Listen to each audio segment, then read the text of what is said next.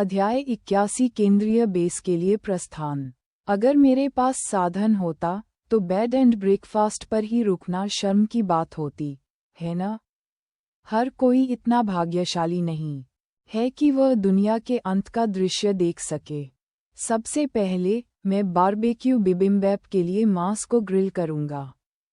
Orleans seasoning के साथ marinate किए गए चिकन ड्रमस्टिक्स को तिरछा किया जाता है और स्वचालित रूप से भूनने के लिए विशेष ग्रिलिंग मशीन पर रखा जाता है। बारबेक्यू मसालों की सुगंध के साथ मिश्रित होकर धीरे धीरे ग्रिल पर घूमता है। इसका बाहरी भाग सुनहरा भूरा और कुरकुरा हो जाता है, तेल से गर्म होता है। भुने हुए मांस की सबसे बाहरी परत सुगंधित और कुरकुरी थी। मैंने बाहरी भुना हुआ मांस काट दिया और कुछ कटा हुआ खीरा मिला दिया। मैंने खुद को चावल का एक कटोरा परोसा, उसके ऊपर पके हुए कटे हुए आलू और कटे हुए खीरे डाले, सब्जियों के ऊपर भुना हुआ मांस डाला और कुछ सलाद ड्रेसिंग और केचप डाला। अपना पेट भरने के बाद जीपी को कुछ याद आया और उसने पूछा, क्या मेरा स्थान ताजगी बरकरार रख सकता है? हाँ। उसने दूध वाली चाय की दुकान से 1 दर्जन कप दूध वाली चाय अपने स्थान पर पैक की और कुछ कपड़े बदले। उसने अपने आंगन के गेट पर शॉप ओनर आउट नोटिस चिपका दिया और अपनी दुनिया के अंत की यात्रा पर निकल पड़ी। ये ठीक है अगर मैं बिस्तर और नाश्ते पर नहीं हूँ।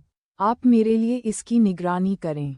अगर कोई समस्या हो तो मुझे बताएं। M80 कैसे मना कर सकता था? ठीक है। जीपी रोह ने आरवी के लिए केवल एक गंतव्य निर्धारित किया है। आरवी अविश्वसनीय रूप से तेज चली और उसके सोने के बाद वह सेंट्रल बेस से केवल 20 या 30 किलोमीटर दूर थी। उसे ठीक से नींद नहीं आई। आरवी में एक अंतर्निर्मित टीवी था और वह पूरी रात गुलाबी हेयर ड्रायर देखती रही। कथानक, जो उसे पहले थोड़ा बचकाना लगता था, मनोरंजन से रहित इस युग में बिल्कुल सही लगा। उसे पता ही नहीं चला कि कितना समय बीत गया। बाहर का आकाश उजियाला बना रहा। यह अनंत दिन का नकारात्मक पहलू था। लोग अनजाने में अपने दिन और रात के चक्र को उलट देंगे।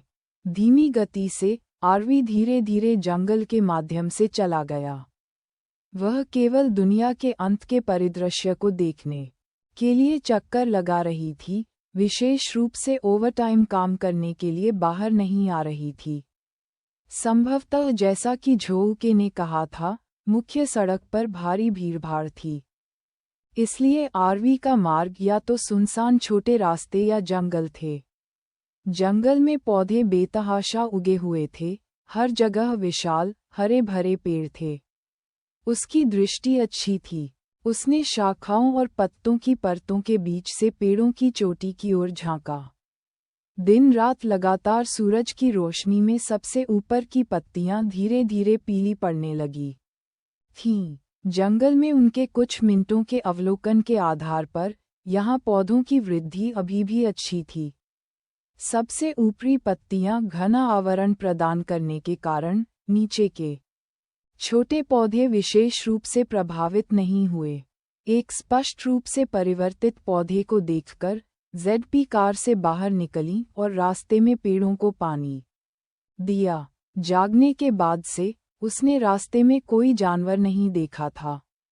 उसे आश्चर्य हुआ कि गर्मी से बचने के लिए जानवर कहाँ छिपे हुए थे। उसने एक भी पक्षी नहीं देखा था। हालांकि अगर उसका सामना जानवरों से भी होता तो भी वह ज्यादा हस्तक्षेप नहीं करती। पारिस्थितिकी तंत्र के संतुलन के अपने नियम हैं। योग्यतम का जीवित रहना सदैव एक प्राकृतिक नियम रहा है। सभी चीजें आपस में जुड़ी हुई हैं और परस्पर प्रतिबंधात्मक हैं। अत्यधिक मानवीय हस्तक्षेप से कुछ प्रजातियों का अत्यधिक प्रसार हो सकता है, जो हानिकारक होगा। जानवरों के बारे में विचारों में खोई हुई, वह अवचेतन रूप से आगे बढ़ गई। उसे एहसास नहीं हुआ कि वह कहाँ चली गई थी। उसने ये जांचने का इरादा किया कि पानी पौधों की जड़ों तक कितनी अच्छी तरह पहुंच रहा है। तभी उसने जड़ों के आधार पर एक काली रोएदार वस्तु देखी। करीब से निरीक्षण करने पर यह एक मानव सिर निकला। झीपी ने ऐसा दृश्य कभी नहीं देखा था और डर के मारे 2 कदम पीछे हट गए। नहीं, ये सिर्फ एक इंसान का सिर नहीं था, यह एक संपूर्ण व्यक्ति प्रतीत होता था। यहाँ तक कि वह पौधों के लिए रखा पानी भी गट-गट कर पी रहा था। जेडपी ने उसे जगाने की कोशिश करने के लिए बड़ी मात्रा में पानी छिड़का और गुस्से से चिल्लाते हुए कहा, तुम क्या कर रहे हो? कैसा भला आदमी जमीन पर पड़ा लोगों को डरा रहा है। ऐसा लग रहा था जैसे पानी पीने के बाद वह व्यक्ति जीवित हो गया हो और बड़ी बड़ी सांसें ले रहा हो। जियांग झुओ सचमुच प्यास से लगभग मर गया था। उसे लगा कि उसके शरीर से सारी ताकत निकल गई है। वह बाहर एक सामान्य मिशन पर ही था कि अचानक अत्यधिक गर्मी आ गई। वापस लौटते समय उसके पास खाली होने का समय नहीं था और वह एक पेड़ के खोखले में छिप गया। प्रारंभ में जंगल अपेक्षाकृत ठंडा था। जब वह प्यासा या भूखा होता था तो वह पानी पी सकता था और अपने साथ ले गया खाना खा सकता था। पिछले 2 दिनों से उसका पानी खत्म हो गया था और उसका भोजन कंप्रेस्ड बिस्कुट थे। इतनी गर्मी कि वह किसी भी अतिरिक्त शारीरिक तरल पदार्थ का स्राव नहीं कर सका। उसने संपीड़ित बिस्कुट खाने की हिम्मत नहीं की। जैसे ही उसे लगा कि उसका जीवन समाप्त हो रहा है, उसे बहते पानी की स्पष्ट, सुखद ध्वनि सुनाई देने लगी। जीवित रहने की प्रवृत्ति ने उसके शरीर को रेंगने के लिए प्रेरित किया।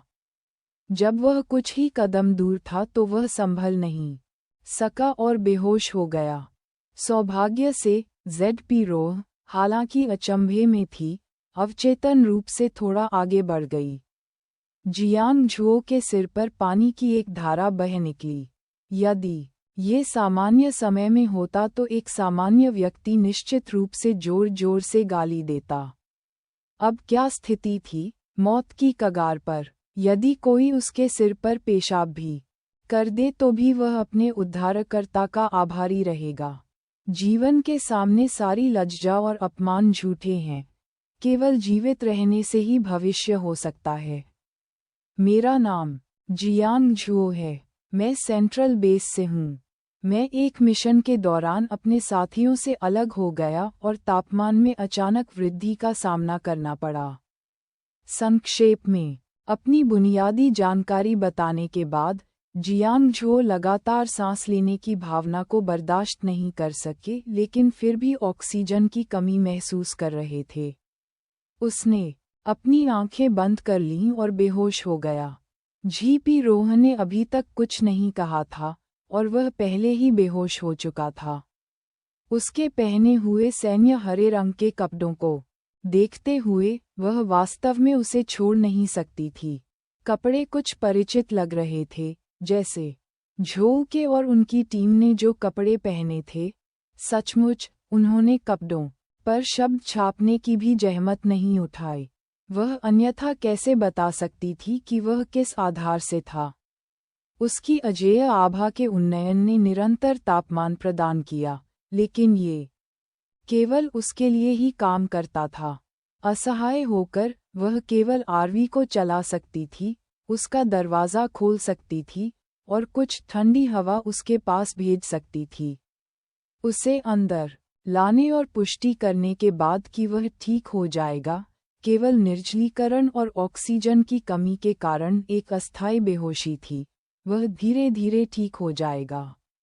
जेडपी रोह ने आत्मनिर्भरता से डाइनिंग कार्ट की एक परत खोली, एक स्टूल निकाला और डाइनिंग कार्ट के सामने विस्तार योग्य शेल्फ पर खाना खाया। उसने दोपहर की चाय के लिए एक बड़ी आइस्ड दूध वाली चाय और अंडे की वफल परोसी। आरवी चलाते समय जंगल में दोपहर की चाय पीने का अवसर हर किसी को नहीं मिल सकता था और पौधों द्वारा प्रदान किए गए दृश्यों का आनंद लेना काफी अच्छा था। जियांग झुओ ने काफी समय से खाना नहीं खाया था। जैसे ही उसे धीरे धीरे होश आया, उसने अंडे के व फल की दूधिया सुगंध को सूंघा और आश्चर्य का भाव दिखाया। जी रोह पहले से ही इसका आदी था। दुनिया के अंत की अवधि में अधिकांश लोगों ने जब उसे पहली बार देखा तो आश्चर्य से प्रतिक्रिया व्यक्त की। तुम जाग रहे हो, क्या तुम्हें कुछ खाना है? जियांग झुओ कमजोर होकर खड़ा हो गया, आरवी से निकलने वाली ठंडक से बहुत सहज महसूस कर रहा था। उसने नीचे अपनी पोशाक की ओर देखा और उसका चेहरा तमतमा गया। क्या मैं खा सकता हूँ? उसने उसकी खाना खाने की इच्छा को बलपूर्वक दबाते हुए निगल लिया। बेशक, आप कर सकते हैं। यहाँ कोड को स्कैन करें। अरे नहीं, पॉइंट के बदले अपना क्रिस्टल न्यूक्लियस निकाल लें, फिर मुझसे खाना खरीदने के लिए पॉइंट का उपयोग करें। क्या क्रिस्टल न्यूक्लियस भोजन खरीद सकता है? जियांग झुओ ने राहत की सांस ली। यह अच्छा था अगर वह क्रिस्टल न्यूक्लियस चाहती थी। उसे डर था कि वह उसकी जान ले लेगी। उसने तुरंत अपना सारा सामान, कुल मिलाकर 20 कुछ क्रिस्टल नाभिक निकाल लिया। क्या आपको लगता है कि ये काफ़ी हैं? उसने अपना सिर खुजलाया। अगर यह खाने के लिए पर्याप्त नहीं है, तो क्या मुझे कम से कम कुछ पानी मिल सकता है? मेरे पास अभी भी कुछ संपीड़ित बिस्कुट हैं, मैं उन्हें पानी के साथ खा सकता हूँ। अध्याय 82 पौधे और मनुष्य। आप क्रिस्टल न्यूक्लियस को पॉइंट्स से स्वयं बदल सकते हैं। आज मेरे पास बिक्री के लिए केवल भुना हुआ मांस बिबिम्बैप और बोतलबंद पानी है। क्या आप भुना हुआ मांस बिबिम्बैप चाहते हैं? यदि वह ऐसा नहीं चाहती, तो वह धूप सेंकने और दोपहर की चाय का आनंद लेने के लिए तीसरी मंजिल पर जाती। हाँ, मुझे ये चाहिए। उसे संदेह था कि उसने गलत सुना है, लेकिन उसने अस्पष्ट होने का साहस नहीं किया। वह जवाब देने के लिए दौड़ा। उसे डर था कि अगर वह बहुत देर से बोलेगा तो खाने का मौका खो देगा। जी रोह नहीं हिला। रोबोट को भुने हुए मांस बिबिम्बैप का एक हिस्सा बनाने दिया।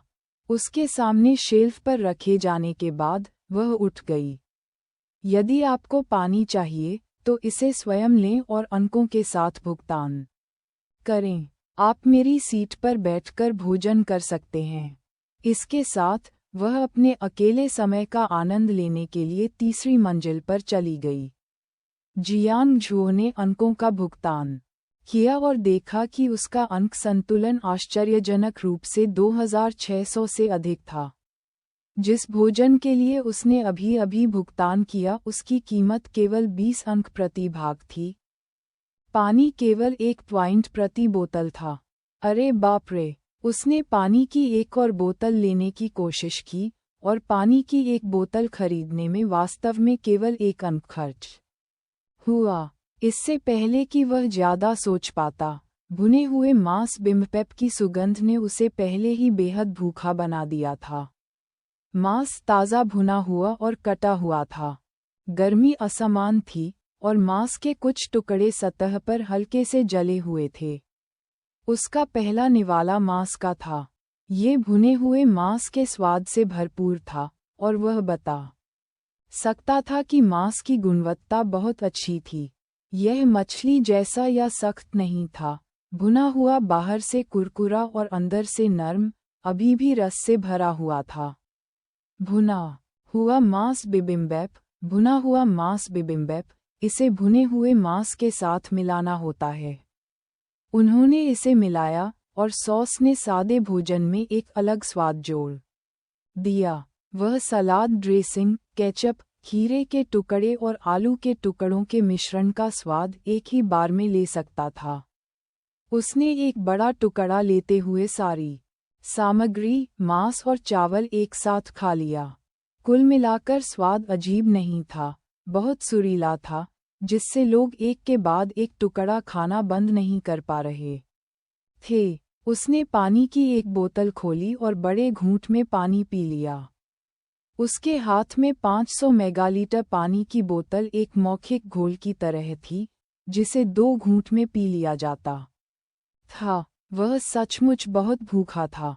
उसने बहुत लंबे समय से कुछ नहीं खाया था, और भुने हुए मांस बिबिम्बैप के एक हिस्से ने मुश्किल से उसके पेट में छेद किया था।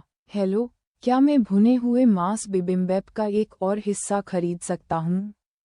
जियांग झुओ आरवी के शीर्ष की ओर चिल्लाया। शीर्ष पारदर्शी था, और वह जी पी को शीर्ष पर खुद का आनंद लेते हुए, खाते पीते हुए देख सकता था। जीपी ने कुछ नहीं बोला, लेकिन जवाब में अपनी उंगलियां चटका दीं। पहली मंजिल पर रोबोट को फिर से हलचल शुरू होते देख जियांग झुओ अपने भोजन की प्रतीक्षा करने के लिए मन की शांति के साथ बैठ गया। उसने छोटे छोटे घूंट में पानी पिया, पीते समय इंतजार किया। ऊपर से एक महिला की आवाज आए, कहाँ जा रहे हो? मैं सेंट्रल बेस पर वापस जा रहा हूँ। मैं भी सेंट्रल बेस जा रहा हूँ, लेकिन आप वापस कैसे आएंगे? जियांग झुओ की अपने भोजन की प्रतीक्षा करने की क्रिया थम गई। हाँ, उसकी कार चली गई थी और उसे अपने साथी नहीं मिले, तो वह वापस कैसे जा सकता था? यहाँ से पैदल चलना काफी दूर था, और इस दूरी तक चलने में कितना समय लगेगा इसका जिक्र करने की बात ही नहीं।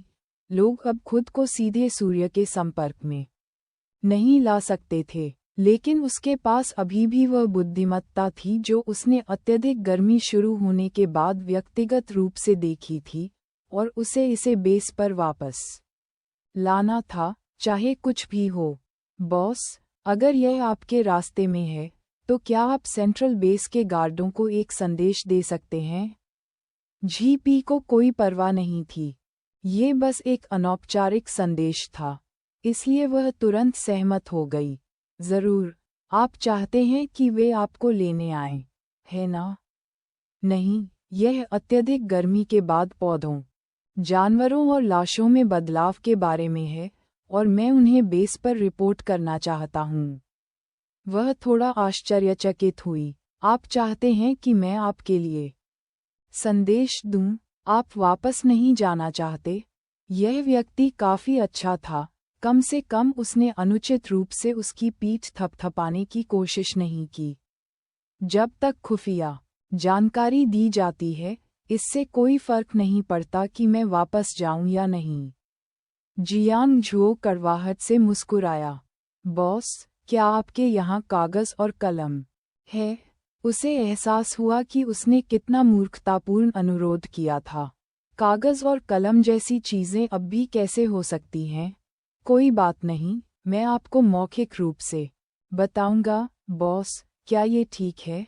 आपातकालीन मिशन जारी। जियांग झुओ को सेंट्रल बेस पर वापस ले जाएं। मिशन पूरा करने का इनाम, एक स्कूल भवन। यह व्यक्ति कौन है? आप इनाम के मामले में बहुत उदार हैं। इसके अलावा, क्या आपने यह नहीं कहा कि मेरे अलावा कोई भी डाइनिंग कार पर नहीं चढ़ सकता? ZP रोह आश्चर्य से सीधी बैठ गई। दुनिया के अंत में उनके अनुभव और अवलोकन बेस पर रिपोर्ट करने पर अधिक लोगों को घायल होने से रोकने में मदद करेंगे। जियांग झुओ अभी भी बात कर रहा था, और ZP ने उसे रोका। रुको, मैं तुम्हें ले जाऊंगा। अब वह उसकी नकद गाय थी। एक स्कूल। पिछले विमानों में इस स्तर की सुविधाओं को अनलॉक करने के लिए आमतौर पर मध्य से अंत के चरणों में बहुत सारे बिंदुओं की आवश्यकता होती है। जल्दी करो और खाओ, तुम्हारे खा लेने के बाद हम चले जाएंगे। जियांग झुओ स्तब्ध रह गया। उसने जल्दबाजी में बात नहीं की थी क्योंकि वह बॉस को मुश्किल स्थिति में नहीं डालना चाहता था, लेकिन चूंकि बॉस ने ऐसा कहा था, इसलिए वह निश्चित रूप से मना नहीं करेगा। यदि वे यहीं रह सकें तो कौन यहाँ रुकने को तैयार होगा? इतनी दुर्गम जगह में वह उससे मिलना सौभाग्य की बात थी। आमतौर पर इतने बड़े जंगल में किसी से मिलना इतना संयोग नहीं था, खासकर पानी की क्षमता वाले बॉस से। खाने के बाद जियांग झुओ आरवी में चले गए। आरवी की पहली मंजिल के अंदर भी बैठने की जगह थी। वह खिड़की से बाहर देखते हुए कार के दरवाजे के पास सावधानी से बैठ गया। उसने इधर उधर देखने की हिम्मत नहीं की, चुपचाप बैठा रहा और खिड़की से बाहर देखता रहा। जेड.पी. रोह अपनी औचित्य की भावना से बहुत संतुष्ट थे। रास्ते में जब भी वह परिवर्तित पौधे देखती तो रुक जाती और थोड़ा पानी छोड़ देती। वह यह नहीं बता सकी कि कौन से पौधे आक्रामक थे, क्योंकि किसी भी पौधे ने उस पर हमला नहीं किया। इस बार हमेशा की तरह वह कार से बाहर निकली और नुकीले दांत वाला एक स्पष्ट रूप से उत्परिवर्तित पौधा देखा। उसने सोचा, यह अवश्य ही आपत्तिजनक प्रकार का होगा, है न? उसने अस्थायी रूप से अपना हाथ पौधे के दांतों की ओर बढ़ाया। पौधे ने न केवल उस पर हमला नहीं किया, बल्कि अपने हानिरहित हिस्से से उसका हाथ रगड़ दिया। ये सभी पौधे आत्मा बन गए हैं। उनकी हरकतें छोटी बिल्लियों की तरह हैं। आत्मीयता आभा यूं ही नहीं है। जब तक वे सामान्य जानवर और पौधे हैं, वे मेज़बान पर हमला नहीं करेंगे। अगर वे गुस्से में हैं, तो कहना मुश्किल है। कितना अद्भुत! पौधे मूल रूप से लोगों को नुकसान नहीं पहुंचाना चाहते थे। सबसे पहले, पौधों का विकास केवल दुनिया के अंत के लिए बेहतर अनुकूलन के लिए था। मानव के रहने का स्थान लगातार संकुचित होता गया, और बाद में वे अपनी प्यास बुझाने के लिए केवल पौधे ही खा सकते थे और पौधों के तनों का रस पी सकते थे। अधिक पौधों ने आत्मसंरक्षण के लिए आक्रामक क्षमताएं विकसित कीं। अन्यथा उन्हें मनुष्यों द्वारा तब तक खाया जाता जब तक कि कोई हरियाली नहीं बची। जेड.पी. रोह आश्चर्यचकित रह गई। मानवीय दृष्टिकोण से जीवित रहने की कोशिश करने वाले मनुष्यों में कुछ भी गलत नहीं है। एक पौधे के दृष्टिकोण से मनुष्य और उनका रस चूसे जाने से अलग नहीं थे, ठीक उसी तरह जैसे रस खत्म होने पर रक्त के बिना मानव शरीर पौधों को मनुष्यों पर हमला करने के लिए मजबूर किया गया, और इसे हमला भी नहीं कहा जा सकता था, केवल आत्मसंरक्षण कहा जा सकता था। तो पौधे भी गलत नहीं थे। तो फिर गलत क्या था? यह अराजक दुनिया होनी चाहिए। वास्तव में वे आप पर हमला नहीं करते। वह उसे बहुत कुछ समझाना नहीं चाहती थी, लेकिन ये सोचकर कि वह इसे बेस तक पहुंचा देगा, जेड.पी. ने उससे ये पूछकर मार्गदर्शन किया, पौधों और मनुष्यों में हितों का टकराव नहीं है, तो वे मनुष्यों पर हमला क्यों करेंगे? जियांग झुओ ने गहराई से विचार किया। वह कई दिनों तक पहाड़ों में जीवित रहा था। वह इतना कमजोर था कि उसमें ज्यादा हिलने डुलने की ताकत नहीं थी। उसे पौधों की कोई परवाह नहीं थी और कोई भी पौधा उस पर सक्रिय रूप से हमला नहीं करता था। यदि हितों का टकराव होना चाहिए, तो ये है कि दोनों जीवित रहना चाहते हैं। मनुष्यों को जीवित रहने के लिए पौधों को खाने की जरूरत है, और पौधों को जीवित रहने के लिए मनुष्यों पर हमला करने की जरूरत है। अध्याय 83। अपनी वरिष्ठता का लाभ उठाना। जी.पी. रोह ने काफी कहा था। इससे अधिक कुछ भी उसके लिए स्वयं कहना उचित नहीं होगा, और उसे ये कल्पना करने देना कि यह उसे और भी अधिक सोचने के लिए प्रेरित कर सकता है। आरवी धीरे धीरे आगे बढ़ता रहा और एक छोटा सा पहाड़ी गांव धीरे धीरे उनकी आंखों के सामने आता गया। जी.पी. झिझक रही थी, सोच रही थी कि क्या उसे अभी भी गांव के पास पौधों को पानी देना चाहिए।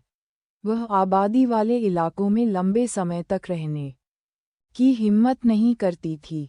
शिगोन बेस पर 2 पैरों वाली भीड़ की घटना के बाद से दुनिया के अंत में मानव स्वभाव की भयावहता आम लोगों के लिए समझ से बाहर हो गई है। उसने नेविगेशन की जांच की। सेंट्रल बेस तक जाने का यही एकमात्र रास्ता था। उसके पास अपनी मूल योजना का पालन करने और छोटे से पहाड़ी गांव में गाड़ी चलाने के अलावा कोई विकल्प नहीं था। जैसे ही गाड़ी धीरे धीरे छोटे से पहाड़ी गांव में दाखिल हुई, उसने गांव में एक बहुत बड़ा रूपांतरित पौधा देखा, जो कुछ वैसा ही था जैसा उसने अपने आंगन में लगाया था। हो सकता है वहां कोई अच्छा खजाना हो, और वह उसे गंवाना नहीं चाहती थी। उसने आरवी को पेड़ के नीचे पार्क करने का निर्देश दिया और पानी देने के लिए बाहर निकल गई। ऐसे बड़े पेड़ों को अक्सर बहुत अधिक पानी की आवश्यकता होती है, इसलिए जीपी ने एक छोटा स्टूल लाया और उसे पानी देने के लिए बैठ गए। पास का दरवाज़ा खुला और कुछ अधिक वजन वाला अधेड़ उम्र का आदमी बाहर आया। उसके हाथों पर घट्टे और उसकी काली त्वचा लंबे समय तक प्रसव पीड़ा का संकेत देती थी। वह छाता पकड़कर तेजी से पेड़ की छाया में चला गया। आप क्या कर रहे हो? चाचा का स्वर मैत्रीपूर्ण नहीं था। झीपी रोह भी विनम्र नहीं थी। पानी देना, क्या तुम नहीं बता सकते? चाचा कुछ कहना चाहते थे, लेकिन तभी उन्होंने जियांग झुओ को आरवी से उतरते देखा, और जब उन्होंने अपनी वर्दी देखी तो उनकी आंखों में एक चतुर गणना चमक उठी। गांव में आमतौर पर बहुत कम गतिविधियां होती थीं, और हाल ही में कोई भी लाश उनके क्षेत्र से नहीं गुजरी थी। किसी वाहन के चलने की आवाज़ काफ़ी तेज थी, और लंबे समय से ऊबे हुए ग्रामीण चर्चा करने लगे। क्या तुमने वह देखा? वह आरवी बहुत सुंदर है, और यह सैनिकों का है। सैनिक, वे बहुत शक्तिशाली होंगे। क्या हम उनसे हमें बेस तक ले जाने के लिए कह सकते हैं? वैसे भी यहाँ रहना सिर्फ मरने का इंतजार करने जैसा है। बेहतर होगा कि उनके पीछे बेस तक जाएं और देखें कि जीवित रहने का कोई रास्ता है या नहीं। क्या उनकी एक गाड़ी में हमारे गांव के इतने सारे लोग बैठ सकते हैं? क्या तुम मूर्ख हो? हम हमेशा इसमें शामिल हो सकते हैं। फिर मैं दूसरी मंजिल पर जाना चाहता हूँ। मुझे लगता है कि दूसरी मंजिल पहली से बेहतर होनी चाहिए। मैं कहीं भी जाऊंगा जब तक कि मुझे धूप सेंकने के लिए तीसरी मंजिल पर न जाना पड़े। बस उन दोनों को ऊपर जाकर धूप सेंकने दो। वे शायद वैसे भी हमारे साथ घुलना मिलना नहीं चाहेंगे। उन्होंने आरवी में पदों को आपस में आवंटित किया, इस बात की पूरी तरह से परवाह किए बिना कि क्या अन्य लोग उन्हें बोर्ड पर चढ़ने की अनुमति देंगे। एक ही गांव से आने के कारण उनके विचार काफी हद तक एक जैसे थे, और अधिक वजन वाले चाचा ने भी यही बात कही। हमारे लिए रुको, आप बेस पर जा रहे हैं, ठीक है? हम सामान पैक कर लेंगे, और आप हमें अपने साथ ले जा सकते हैं। इतना कहने के बाद उसने चिल्लाकर ग्रामीणों को अपना सामान पैक करने के लिए बुलाया। वाहन जियांग झुओ का नहीं था। वह स्वयं केवल अपने मालिक की दयालुता के कारण यहाँ आया था, और इस समय उसका किसी को बचाने का कोई इरादा नहीं था। इस गांव के लोग अच्छी तरह से रह रहे थे, यहाँ तक कि बेस में रहने वाले आम नागरिकों से भी बेहतर, इसलिए उन्हें बचाने के लिए जनशक्ति और संसाधनों को बर्बाद करने की जरूरत नहीं थी। बॉस, वे झीपी रोह ने अपने होंठ भींचे और कुछ नहीं कहा। यह उसका व्यवसाय नहीं था, और वह सहमत नहीं थी। जियांग झुओ देख रही थी, और उसने एक भी शब्द नहीं कहा। गांव वालों का अपनी मर्जी से सामान पैक करना उससे कोई लेना देना नहीं था। वह पेड़ पर लगे फल को देखती रही और सोचती रही कि पेड़ का उपहार पाने से पहले उसे और कितना पानी देने की जरूरत है। 1 दर्जन लोग अपने अपने घरों से निकले, छोटे बड़े थैले लेकर तेजी से पेड़ की छाया की ओर भागे, फिर वापस लौट आए। लगभग 30 साल की 2 आंटियां, जो पहली नज़र में बहुत बातूनी लगती थीं। वह एक महिला को बाहर कैसे ले आया? देखो उस औरत ने कैसे कपड़े पहने हैं। वह इतनी साफ सुथरी है। वह हर दिन नहाती होगी। हे भगवान, पानी की कितनी बर्बादी है। जब वे बोलते थे तो वे झीपी से नहीं बचते थे, और उसके ठीक सामने व्यंग्यात्मक टिप्पणी करते थे। एक आदमी और एक औरत, क्या तुम नहीं समझते? वह शायद बेशर्मी से उससे चिपकी हुई थी। बाद में तुम्हें अपनी बेटी से कहना चाहिए कि वह दूर रहे और ऐसे लोगों से बुरी बातें न सीखे। मेज़बान, क्या आप इसे बर्दाश्त कर सकते हैं? वू, आपके मेज़बान को धमकाया जा रहा है। क्या आप इसे बर्दाश्त कर सकते हैं? मैं नहीं कर सकता। लेकिन मेज़बान, मैं सिर्फ एक सिस्टम हूँ। मैं कुछ नहीं कर सकता। M80 के स्वर में उदासी का संकेत प्रकट हुआ। यदि इसका भौतिक शरीर होता, यदि उसका भौतिक शरीर कुत्ता होता, तो वह उन पर झपट्टा मारकर उन्हें डरा देता। यदि वह बिल्ली होती, तो उनका मुंह नोच लेती। आइए देखें कि क्या उनके गप्पी मुंह अब भी बकवास कर सकते हैं। यह महिला आपकी बेटी जितनी भी अच्छी नहीं दिखती, लेकिन मुझे लगता है कि वह आदमी काफी सुंदर है। बाद में मैं पूछूंगा और देखूंगा कि क्या मेरी बेटी उसे पसंद करती है। M80 इतना क्रोधित था कि वह रोने वाला था। इसने पिछले महीने के प्रदर्शन में प्रथम रैंकिंग के लिए अपने इनाम का उपयोग ZP के लिए लकड़ी की क्षमता का आदान प्रदान करने के लिए किया। मेज़बान, मैंने आपके लिए एक लकड़ी की क्षमता का आदान प्रदान किया है। जल्दी से उन्हें सबक सिखाएं। इससे पहले कि ZP इसे रोक पाती, एक बहुत ही आरामदायक गर्म धारा उसके शरीर में फैल गई।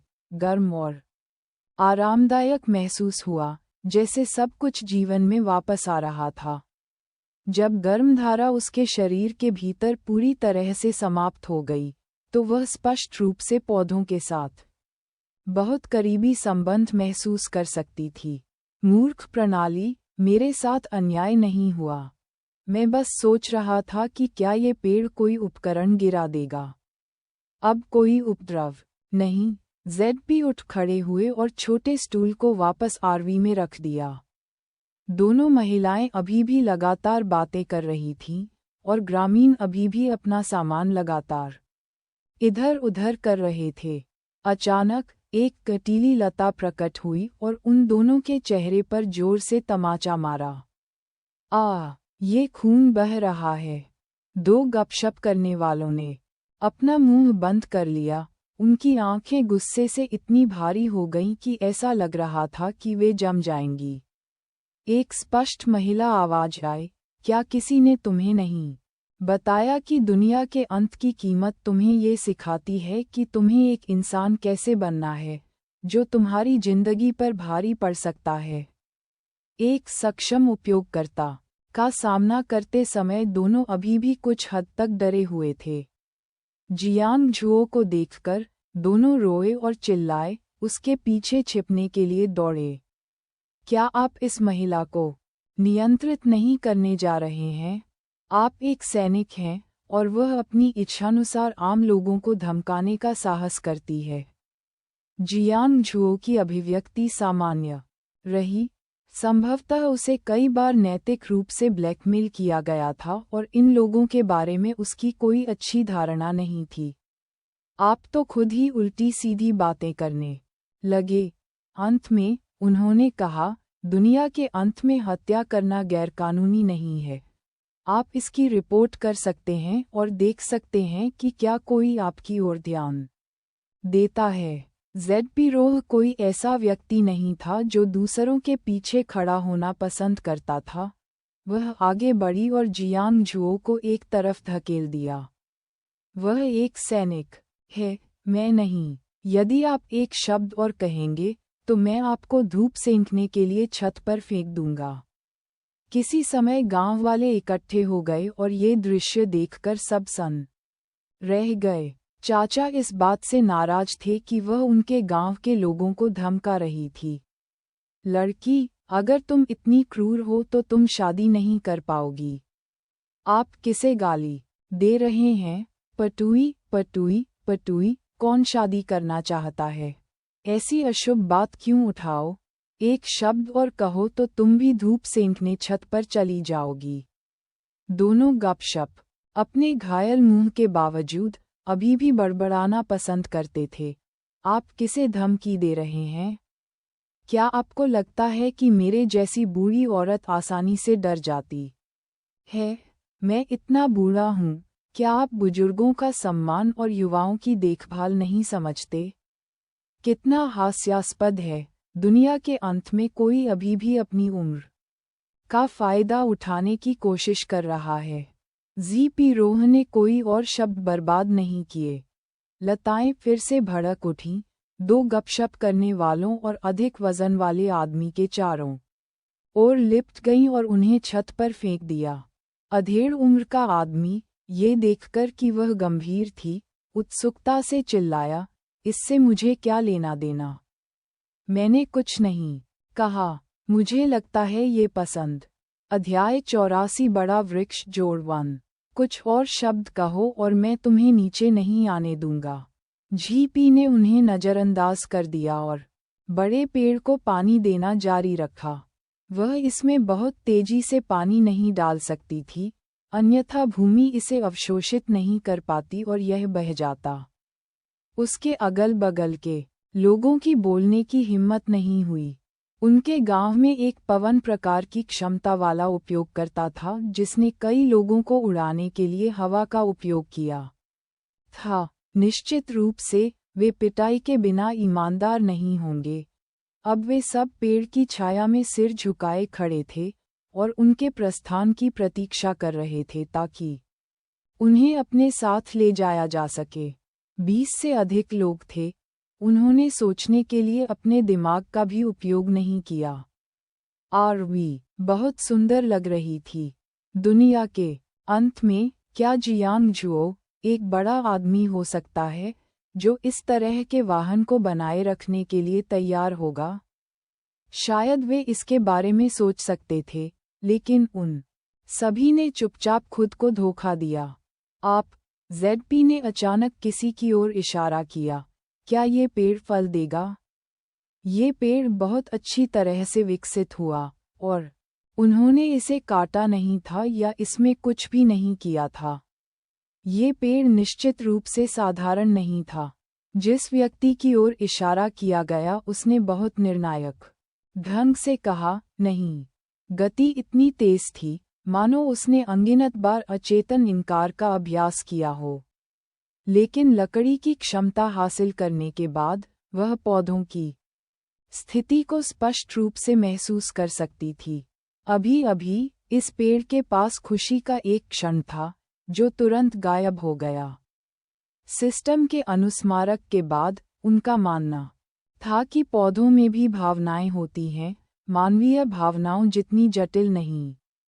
क्या ऐसा हो सकता है? एक कांटेदार बेल तेजी से उस बुढ़िया की ओर उड़ी जिसने उसकी शादी को श्राप दिया था। थप्पड़, रक्त और भी अधिक स्वतंत्र रूप से बहने लगा। उसने ध्यान से पेड़ की गतिविधियों पर ध्यान दिया और महसूस किया कि पेड़ बहुत उत्साहित था। उसे एक और थप्पड़ मारने के बाद उसने पुष्टि की कि बड़ा पेड़ खुश था क्योंकि उसने उस व्यक्ति को थप्पड़ मारा था। आप बहुत आगे जा रहे हैं। क्या मैंने बात करना बंद नहीं कर दिया? बुढ़िया ने केवल बड़बड़ाने का साहस किया, उसे और अधिक परेशानी देने का साहस नहीं किया। कोई भी व्यक्ति जिसकी आंखें मौजूद हों, देख सकता था कि जी.पी. बहुत ताकतवर थी और सैन्य वर्दी वाला व्यक्ति उसे नियंत्रित नहीं कर सका। वह बड़े पेड़ में तब तक ढेर सारा पानी डालती रही जब तक कि पानी की पतली धारा अवशोषित होकर ओवरफ्लो न हो गई। तब बड़े पेड़ ने अपनी आंखें खोलीं जैसे कि जाग रहा हो। इसने अपनी आंखें खोलीं, वह उसकी भावना थी। एक बुरी आवाज आई, उसका लिंग भेद नहीं किया जा सकता था। धन्यवाद। कौन? होस्ट, लकड़ी प्रकार की क्षमता वाला उपयोगकर्ता जिसके साथ मैंने आदान प्रदान किया वह आपको पौधों के साथ संवाद करने की अनुमति देता है। M80 अहंकारी हो गया। प्रदर्शन में नंबर 1 होने से इसे जो वुड एबिलिटी मिली वह कोई साधारण क्षमता नहीं थी। बड़े पेड़ की शाखाएं लगातार बढ़ती रहीं, उसके शीर्ष तक पहुंचीं, सबसे केंद्रीय लिपटे हुए फल को नीचे ले गईं और उसे झीपी रोह के सामने की ओर मोड़ दिया। किसी ने कहा, वास्तव में इस पेड़ पर अभी भी फल बचे हैं। अचानक तेज हवा चली, जिससे लगातार पत्तियां गिरने लगीं। झीपी रोह और जियांग झुओ पर एक भी पत्ता नहीं गिरा। मुरझाई हुई पीली पत्तियां हवा के झोंके में बहकर एक गोलाकार सुरक्षा कवच बन गईं, जो झीपी रोह और जियांग झुओ को घेर रही थी। घिरे घेरे के अंदर वे कुछ भी नहीं देख सके, और लगातार चीखें उनके कानों में गूंजती रहीं, हर एक तेज और अधिक दुखद। झीपी का इरादा किसी को बचाने का नहीं था। अधिकांश पौधे लोगों को कोमल और हानिरहित प्रतीत होते हैं, और वास्तव में वे हैं भी। वह महसूस कर सकती थी कि बड़ा पेड़ बहुत गुस्से में था, लेकिन फिर भी वह काफी दयालु था। न केवल इसने उस पर हमला नहीं किया, बल्कि इसने जियांग झुओ पर भी हमला नहीं किया। पत्ती दर पत्ती, ब्लेड की तरह, वे हर ग्रामीण के शरीर में घुस गए। ये बदला ले रहा था, ये दुखद था। लेकिन क्यों? चीखें, जो पहले लगातार थीं, अब पूरी तरह खामोशी में बदल गईं। उनके आसपास की मुरझाई हुई पत्तियां धीरे धीरे, थोड़ी थोड़ी करके गिर गईं और जमीन पर बिखर गईं। ये दृश्य उतना खूनी नहीं था जितना उसने सोचा था, नहीं कोई दुखद दृश्य था। जमीन पर खून का एक निशान भी नहीं था, सब कुछ बहुत साफ था। वे ग्रामीण चले गए, केवल उनका भरा हुआ सामान जमीन पर बिखरा हुआ रह गया। तुम्हें कहाँ चोट लगी है? जेडपी ने बड़े पेड़ को धीरे से सहलाया, उसकी भावनाओं को समझना चाहा। मानव, धन्यवाद, आप एक अच्छे इंसान हैं। ऐसा लग रहा था कि बड़ा पेड़ मर रहा है, अपने पिछले पेड़ की तुलना में बहुत कमजोर। सिस्टम, मैं इसे कैसे बचा सकता हूँ? इसका शरीर खोखला हो गया है। क्या ख्याल है कि मेजबान इसे ठीक होने के लिए जगह पर रखे? झीपी रोह का स्थान केवल एक साधारण भंडारण स्थान नहीं था। ये जीवित चीजों को धारण कर सकता है, और जीवित चीजें भी इसके अंदर स्वस्थ हो सकती हैं। उसने ये देखने के लिए इसे वापस चूलिंग के पास ले जाने के बारे में भी सोचा कि क्या वह इसका इलाज कर सकती है। पेड़, मैं तुम्हें अपने स्थान पर ले जा रहा हूँ। बड़ा पेड़ समझ गया, ये केवल सरलता से संवाद कर सकता था। अधिक बार ये शारीरिक संपर्क के माध्यम से अपनी भावनाओं को व्यक्त करना पसंद करता है। शाखाएं बढ़ीं और उसके हाथ थपथपाए। इसे ऐसे अंतरिक्ष में ले जाया गया, जहाँ पानी की कोई कमी नहीं थी और हवा भी अब इतनी शुष्क नहीं थी। पेड़, मुझे लगता है कि मुझे अब भी बचाया जा सकता है। तो सवाल यह उठता है कि जो फल उसने दिया, उसका उद्देश्य क्या था? मैं बिल्कुल नहीं बता सकता। मैं केवल इतना जानता हूँ कि फल बड़े पेड़ की शेष ऊर्जा का संघनन था। शायद जब अगली बार बड़े पेड़ पर फल लगेंगे, तो हमें पता चल जाएगा। जेडपी ने आह भरी, ये जानते हुए कि वह बस इतना ही कर सकती थी। ग्रामीण कहीं दिखाई नहीं दे रहे थे, और उनका सामान अभी भी जमीन पर बिखरा हुआ था। उसने यह आशा नहीं की थी कि पूरे गांव में एक भी अच्छा व्यक्ति नहीं होगा, कोई भी जीवित नहीं बचेगा। ये किस प्रकार का सामान था? कपड़े, रजाई, तकिए? नहीं, क्या ये पलायन नहीं था? कोई सोचेगा कि यह शादी के लिए दहेज था। कुछ ने लोहे का बर्तन भी ले लिया। उसका दूसरे लोगों की चीजों को छूने का कोई इरादा नहीं था, और उसके पास उन आपूर्तियों की कोई कमी नहीं थी। वह कुछ कदम चलकर आरवी पर चली और जियांग झुओ की ओर देखा। कार में बैठो, तुम किसका इंतजार कर रहे हो? ऐसा लग रहा था कि जियांग झुओ एक सपने से जाग गया है और अजीब कदमों के साथ कार में बैठ रहा है। दुनिया के अंत में सैनिकों को, चाहे कुछ भी हो, बुनियादी प्रशिक्षण प्राप्त हुआ था। तथ्य ये है कि वह इतनी अजीब तरह से चल सकता था, इसका मतलब स्पष्ट रूप से वह मल्टीटास्किंग था। आज की घटनाएं मैं किसी को नहीं बताऊंगा। जीपी ने हंसते हुए कहा, ऐसा नहीं है कि मैं आपको बताने नहीं दूंगा, बात यह है कि मैं चाहता हूं कि आप सच्चाई से रिपोर्ट करें। वह सेंट्रल बेस से नहीं डरती थी। इस दुनिया में वह किसी से नहीं डरती थी। भले ही सभी ने उसे निशाना बनाया और उसे अंक अर्जित करने से रोका, इससे कोई फर्क नहीं पड़ा। वैसे भी उसके पास भोजन और आपूर्ति थी। देखते हैं कौन किस पर भारी पड़ सकता है। जियांग झुओ मुस्कुराए।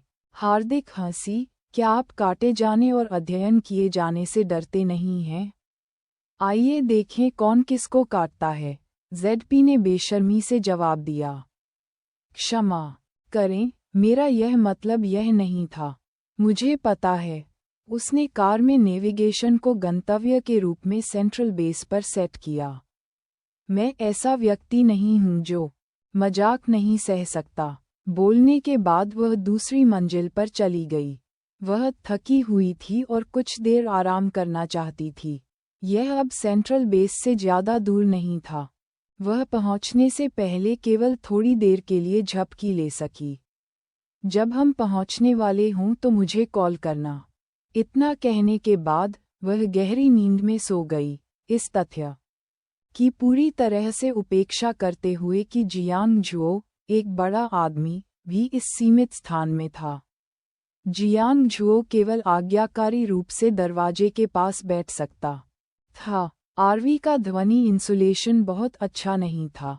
वह पहली मंजिल पर जीपी को पटकते और मुड़ते हुए सुन सकता था। वह मानसिक रूप से योजना बना रहा था कि उसने जो देखा और सुना है उसे बेस पर कैसे रिपोर्ट किया जाए, इसलिए यात्रा उबाऊ नहीं थी। बॉस, उठो, हम लगभग वहां पहुंच चुके हैं। जियांग झुओ पहली मंजिल से चिल्लाया। अध्याय 85 केंद्रीय आधार पर आगमन। जेडपी रोह ने अपनी आंखें खोलीं, जो जागने के कारण भ्रम से भरी हुई थीं। वह कौन थी? वह कहाँ थी? एक आदमी उसे क्यों बुला रहा था? धीरे धीरे उसके विचार वापस आए और वह जम्हाई लेते हुए उठ बैठी। वह अच्छी नींद लेने वाली नहीं थी। जागने के बाद उसके बाल बिखरे हुए थे। नीचे जाने से पहले उसने दूसरी मंजिल पर खुद को साफ किया।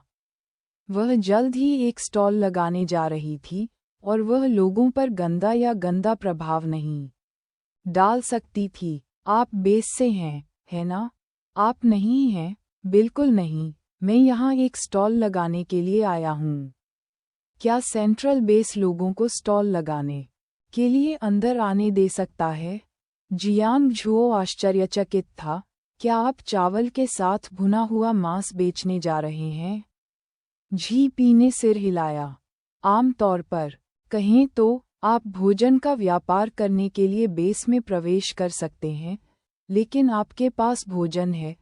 अगर मैं बेस को इसकी रिपोर्ट करता हूं, तो वे निश्चित रूप से आपका अच्छा स्वागत करेंगे। खाना। दुनिया के अंत में, जब तक आपके पास भोजन और आपूर्ति है, हर कोई आपको प्रणाम करने के लिए बेताब रहेगा। मैं तुम्हें अंदर ले जाऊंगा। जियांग झुओ ने गार्ड पोस्ट पर अपना चेहरा दिखाया और गार्ड ने खतरनाक वस्तुओं के लिए वाहन की खोज किए बिना ही उन्हें अंदर जाने दिया। अस्थायी मिशन पूरा हुआ। मेजबान के बिस्तर और नाश्ते पर लौटने के बाद स्कूल का ताला खुल जाएगा। क्या बेस गार्ड इतने ढीले हैं? क्या होगा अगर ज़ोंबी वायरस वाला कोई व्यक्ति अंदर घुस जाए? मुझ में बहुत खिंचाव है। जीपी ने आगे नहीं पूछा, ये पर्याप्त था कि वह अंदर आ सकती थी। उन्होंने आरवी को एक निश्चित स्थान पर रुकने का निर्देश दिया। क्या आप मेरा इंतज़ार कर सकते हैं? मैं पहले जाकर आपके मामले की रिपोर्ट नेता को दूंगा। जीपी ने सिर हिलाया। खटखटाओ, खटखटाओ, खटखटाओ। प्रवेश करें। जियांग झुओ रसद विभाग के पास गए, क्योंकि यह मामला उसके अधिकार क्षेत्र में आता था। मंत्री लिन ने अपनी कनपटी को रगड़ा। उनकी सैन्य वर्दी, जो फीकी सफ़ेद हो गई थी, बिना किसी शिकन के थी। रिपोर्ट, एक आरवी है जो बेस के अंदर चावल के साथ पानी और भुना हुआ मांस बेचना चाहता है।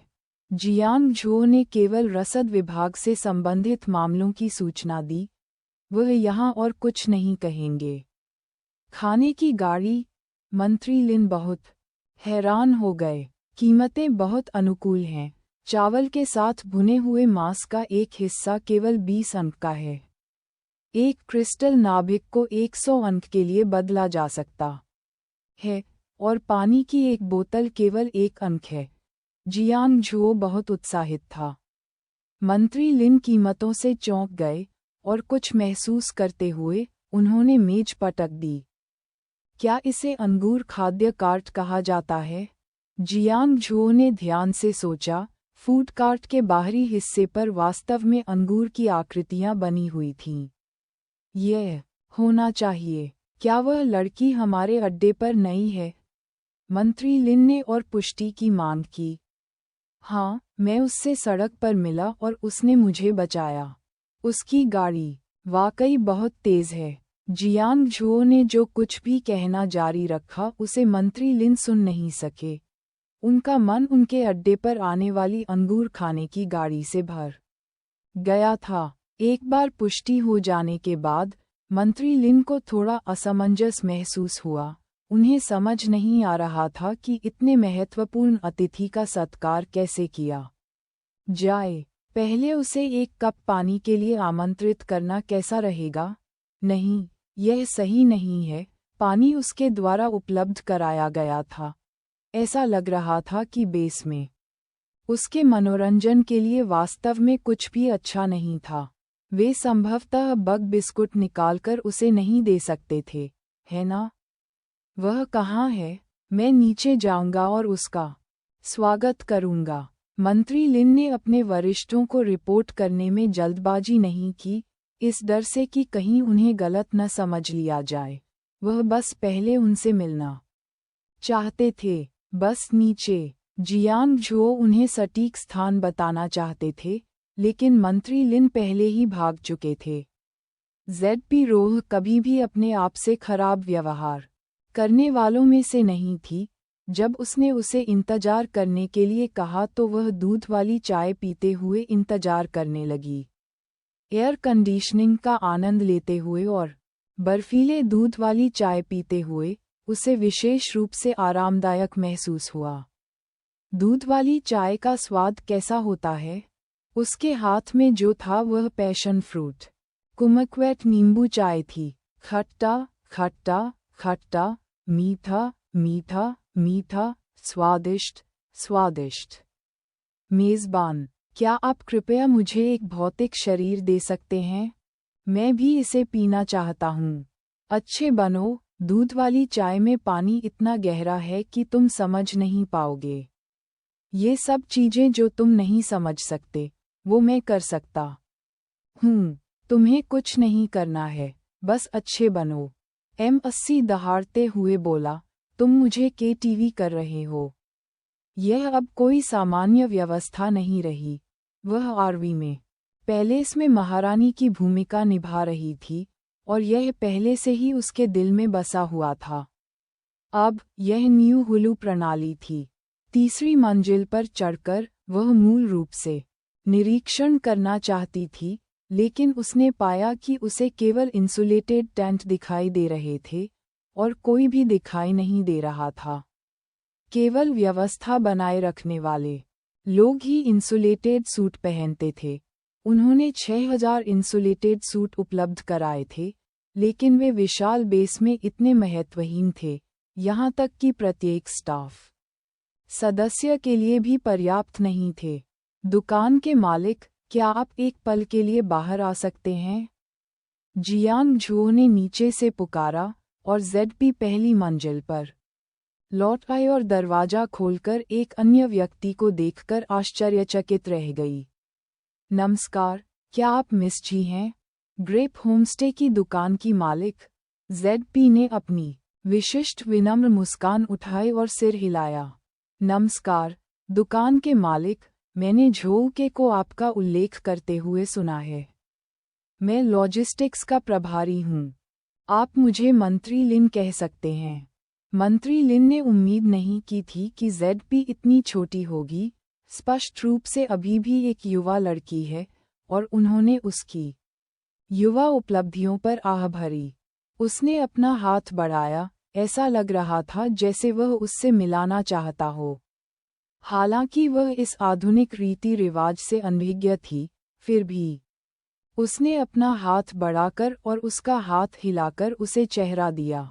क्या दुकान का मालिक हमारे बेस में चावल के साथ भुना हुआ मांस बेचने के लिए एक स्टॉल लगाना चाहता है?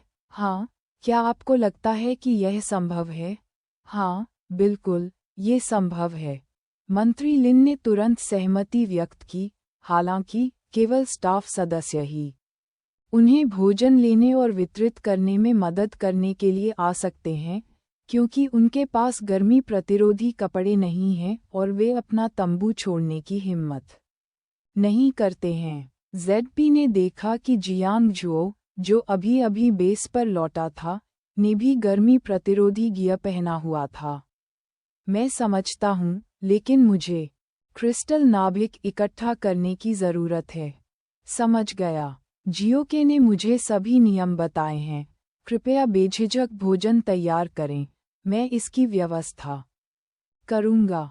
मंत्री लिन व्यवस्था करने के लिए जल्दी में चले गए। जियांग जुओ थोड़ा शर्मिंदा हुआ। मैंने अभी तक अपने सभी अंक खर्च नहीं किए हैं। क्या मैं अब कुछ खरीद सकता हूँ? बेशक, लेकिन आपके पास बहुत सारे अंक बचे हैं, इसलिए आपको ये सोचने की ज़रूरत है कि आप जो कुछ भी खरीदते हैं उसे वापस कैसे लें।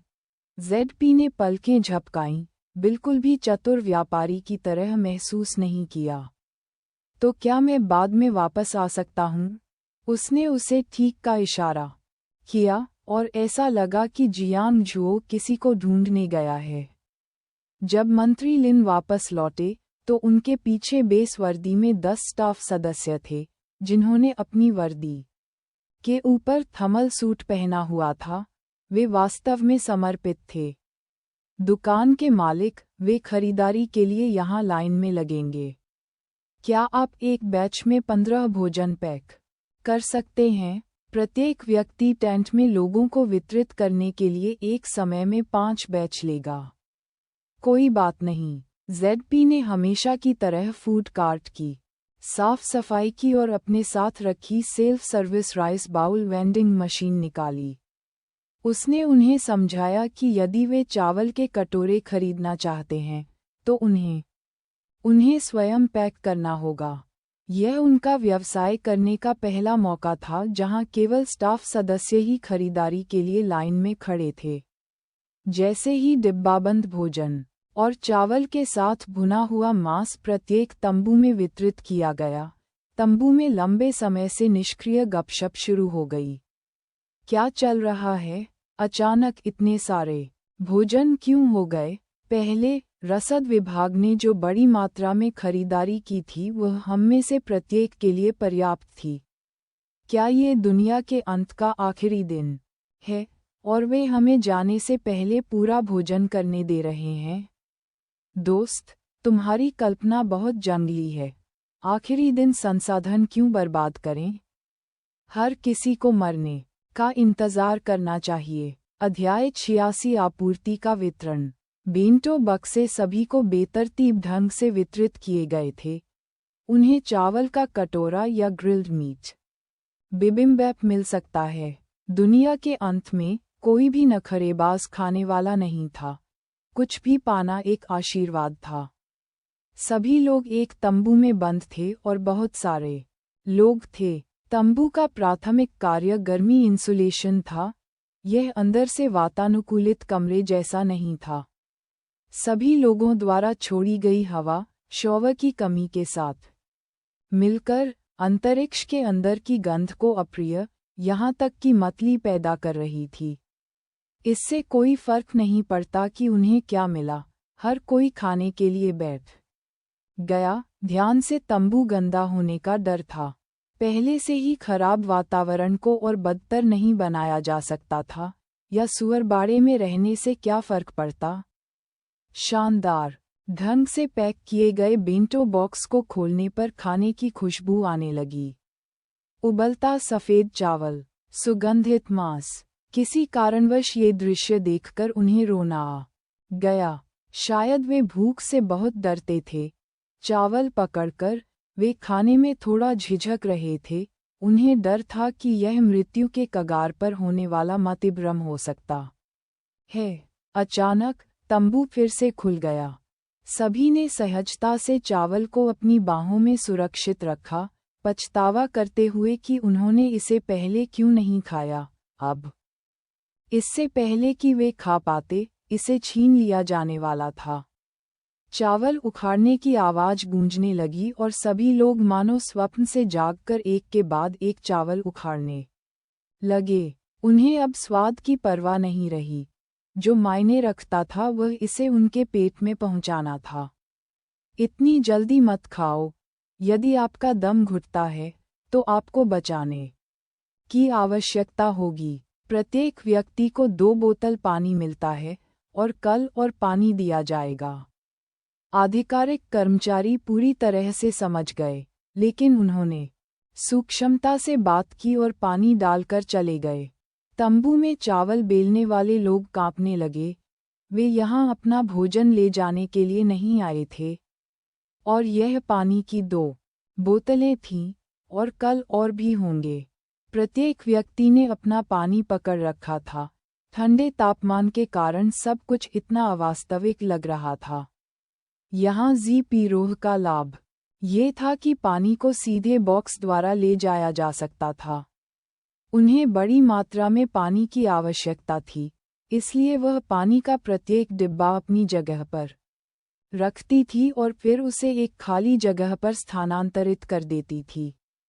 केंद्रीय बेस वास्तव में बहुत बड़ा था।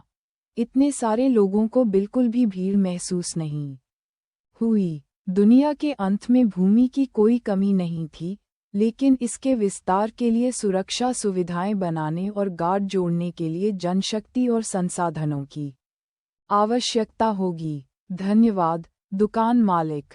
सैनिक इतना पानी देखकर इतने उत्साहित थे कि उन्हें समझ नहीं आ रहा था कि क्या कहें। मंत्री लिन ने ये देखकर कि यहाँ पर्याप्त लोग नहीं थे, अंगूर खाद्य गाड़ी की सूचना अपने वरिष्ठ अधिकारियों को दी।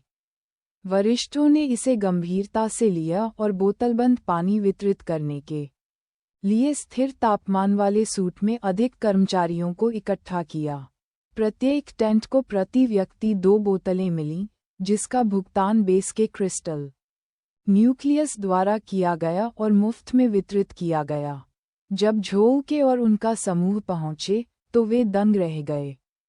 उनके लौटने से पहले बेस पर पीने के लिए पानी कैसे था? जब उन्होंने मिनरल वाटर पर अंगूर का ट्रेडमार्क देखा तो उन्हें स्पष्ट अनुमान लगा। मैं पहले अपने वरिष्ठों को रिपोर्ट करने जाऊंगा।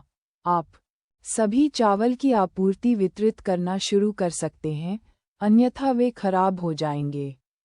अंतरिक्ष से लिया गया चावल ठंडा था, लेकिन जिनके पास खाने के लिए खाना था उन्हें तापमान की परवाह नहीं थी। ये बहुत स्वादिष्ट और पेट भरने वाला था, और सभी को एक हिस्सा मिला, इसलिए हर कोई खुश था और उन्हें कोई शिकायत नहीं थी। झोउके की मंत्री लिन से मुलाकात के बाद दोनों पक्षों को राहत महसूस हुई। मंत्री जी, क्या मुझे पहले ये सामान बांटना चाहिए? मंत्री लिन अपने चेहरे पर मुस्कान छिपा नहीं सके और अपना हाथ लहराया, जिससे उन्हें अपनी इच्छानुसार उन्हें वितरित करने की अनुमति मिल गई। इंतज़ार क्या गलत? केवल चावल जारी करें। अगर हमें अन्य उप आधारों को सुदृढ़ करने की आवश्यकता है तो मैं अपने वरिष्ठों से फिर से पूछूंगा। ठीक है। झोउके और उसका समूह खा पीकर और अच्छी नींद लेकर तरोताजा होकर लौटे और तुरंत काम में लग गए। ये जानते हुए कि अंगूर खाने की गाड़ी बेस पर थी, वे नमस्ते कहने नहीं गए। न केवल वे व्यस्त थे, बल्कि अंतरिक्ष क्षमता उपयोगकर्ताओं की अचानक अत्यधिक मांग हो गई। हर बार जब वे एक तंबू से गुजरते थे, तो वे नियमित कर्मचारियों की तुलना में बहुत तेजी से 15 बेंटो बक्से और पानी की 2 बोतलें गिरा देते थे। आधार बहुत बड़ा था, उन्होंने इसे 4 क्षेत्रों में विभाजित किया। स्पेस एबिलिटी उपयोगकर्ता ग्रेप फूड कार्ट से आगे के 2 क्षेत्रों में गए, जबकि नियमित कर्मचारी आसान परिवहन के लिए फूड कार्ट के करीब रहे। संपूर्ण आधार चीनी नववर्ष जैसा था, वे उस दिन दिल खोलकर खा पी सकते थे। जेडपी ने जम्हाई ली, अज्ञात समय तक सभी के साथ काम करने के बाद थक गई। हर कोई काम कर रहा था, लेकिन उनमें असीमित ऊर्जा कैसे थी? दुकान मालिक, यदि आप थके हुए हैं, तो पहले सो जाएं, हम इसे स्वयं संभाल सकते हैं। जेडपी रोह ने खुद के साथ जबरदस्ती नहीं की, उसने पानी का एक बड़ा बैच निकाला, उसे एक खुले क्षेत्र में रखा, उन्हें अलविदा कहा और अपने आरवी में लौट आए। नहाना तो सवाल से बाहर था, बाथरूम अभी भी पहली मंजिल पर था और वे अभी भी नीचे खाना पैक कर रहे थे। बहुत नींद आ रही थी, जीपी अपने कपड़े पहनकर सो गई। जब वह उठी तो उसने देखा कि वही कुछ लोग अभी भी इधर-उधर घूम रहे थे और चीजें सुलझा रहे थे। उसने अपने कपड़े चेक किए, दूध का डिब्बा लेकर नीचे गई और उसे पीते हुए उसने पूछा, क्या तुम लोगों को सोने की ज़रूरत नहीं है? हम 6 घंटे सोए और शिफ्ट बदलने के लिए यहाँ हैं। अनौपचारिक बातचीत से जेडपी को समझ में आया कि वे बारी-बारी से आराम कर रहे हैं। आधार पर मौजूद लोग सिर्फ तंबू में मौजूद लोग नहीं थे। कुछ उच्च रैंकिंग अधिकारियों को अभी भी काम करने की ज़रूरत थी, और भोजन और पानी लगातार पहुंचाया जा रहा था। मिस शॉप ओनर, सुप्रभात, जो के आरवी में आए और बड़ी मुस्कुराहट के साथ उसका स्वागत किया। सुबह, जो के जेडपी को जल वेंडिंग मशीनों की नियुक्ति की रिपोर्ट करने के लिए एक मिशन पर था। हम यही सोच रहे हैं, क्या हम अपने बेस पर 2 मशीनें रख सकते हैं और अन्य मशीनें दूसरे बेस पर भेज सकते हैं, ये जानते हुए कि वे अधिक जीवित बचे लोगों की मदद करना चाहते थे। जेडपी को कोई आपत्ति नहीं हुई। आपको मुझे पहले से सूचित करना होगा कि उन्हें किस आधार पर रखा जाएगा, और उन्हें केवल मेरी मंजूरी के साथ ही सफलतापूर्वक रखा जा सकता है। यदि कोई मशीन जानबूझकर क्षतिग्रस्त की जाती है, तो मैं जवाबदेही का पालन करूंगा। ऐसा नहीं था कि वह पाने के लिए कड़ी मेहनत कर रही थी। मुख्यतः, वे उसकी सहमति के बिना उनका उपयोग नहीं कर सकते थे। झोके ने अपने नियमों को अच्छी तरह से समझा और उनका पालन किया। मैं सच्चाई से नेताओं को ये बताऊंगा। काम पर चर्चा करने के बाद झोके और अधिक निश्चिंत हो गए। मैंने आपको बेस पर देखने की कभी उम्मीद नहीं की थी। आपकी आरवी बहुत तेज चलती है। हे, तो क्या आप मुझे बाहर घुमाने ले जाना चाहते हैं और मुझे दिखाना चाहते हैं कि आधार कैसा होता है?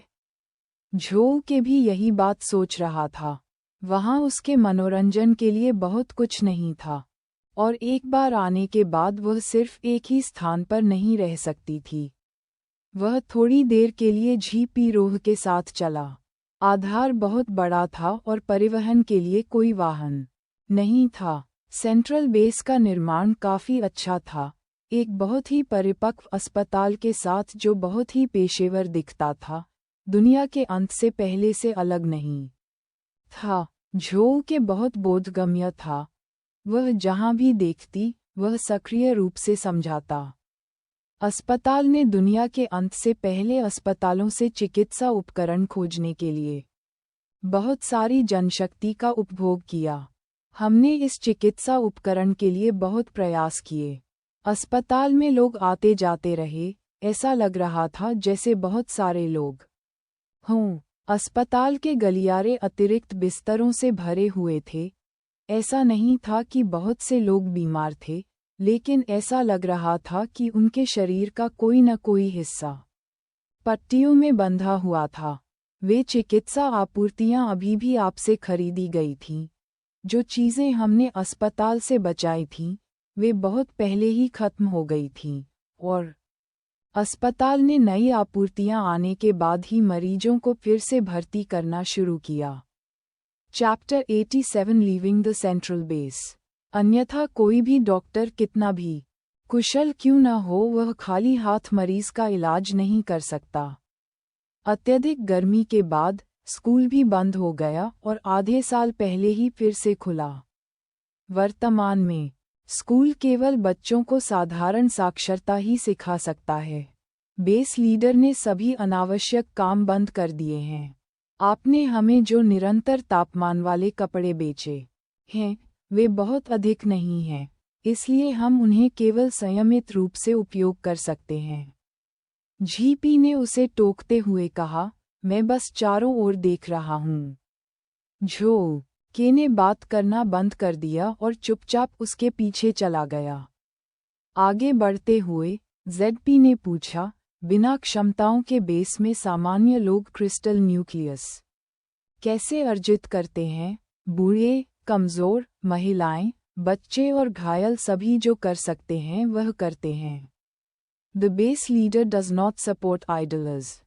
फिर उन्होंने कुछ उदाहरण दिए, जैसे कि झाड़ू लगाना, जो सबसे हल्का काम है और इसे एक छोटा बच्चा भी कर सकता है। चोटें ठीक हो जाने के बाद घायल बैठे नहीं रहेंगे, they will do some work no matter what. ZP ने अपना दौरा समाप्त कर लिया था और यह स्पष्ट था कि बेस में स्थिति आशावादी नहीं थी। यहाँ तक कि केंद्रीय आधार भी ऐसा ही था, इसलिए अन्य आधार और भी अकल्पनीय थे। उसने सोचा कि क्या लिएन बेस उसके द्वारा प्रदान की गई आपूर्ति के साथ अत्यधिक गर्मी के दौरान बेहतर प्रदर्शन कर सकता है। सोच में खोई हुई, उसने यह नहीं सुना कि झोउ के ने और क्या कहा। Shop owner miss. झोउ के को एहसास हुआ कि वह थोड़ी दूरी बना रही है और उसने कई बार आवाज लगाई। जीपी रोह was called back to her senses।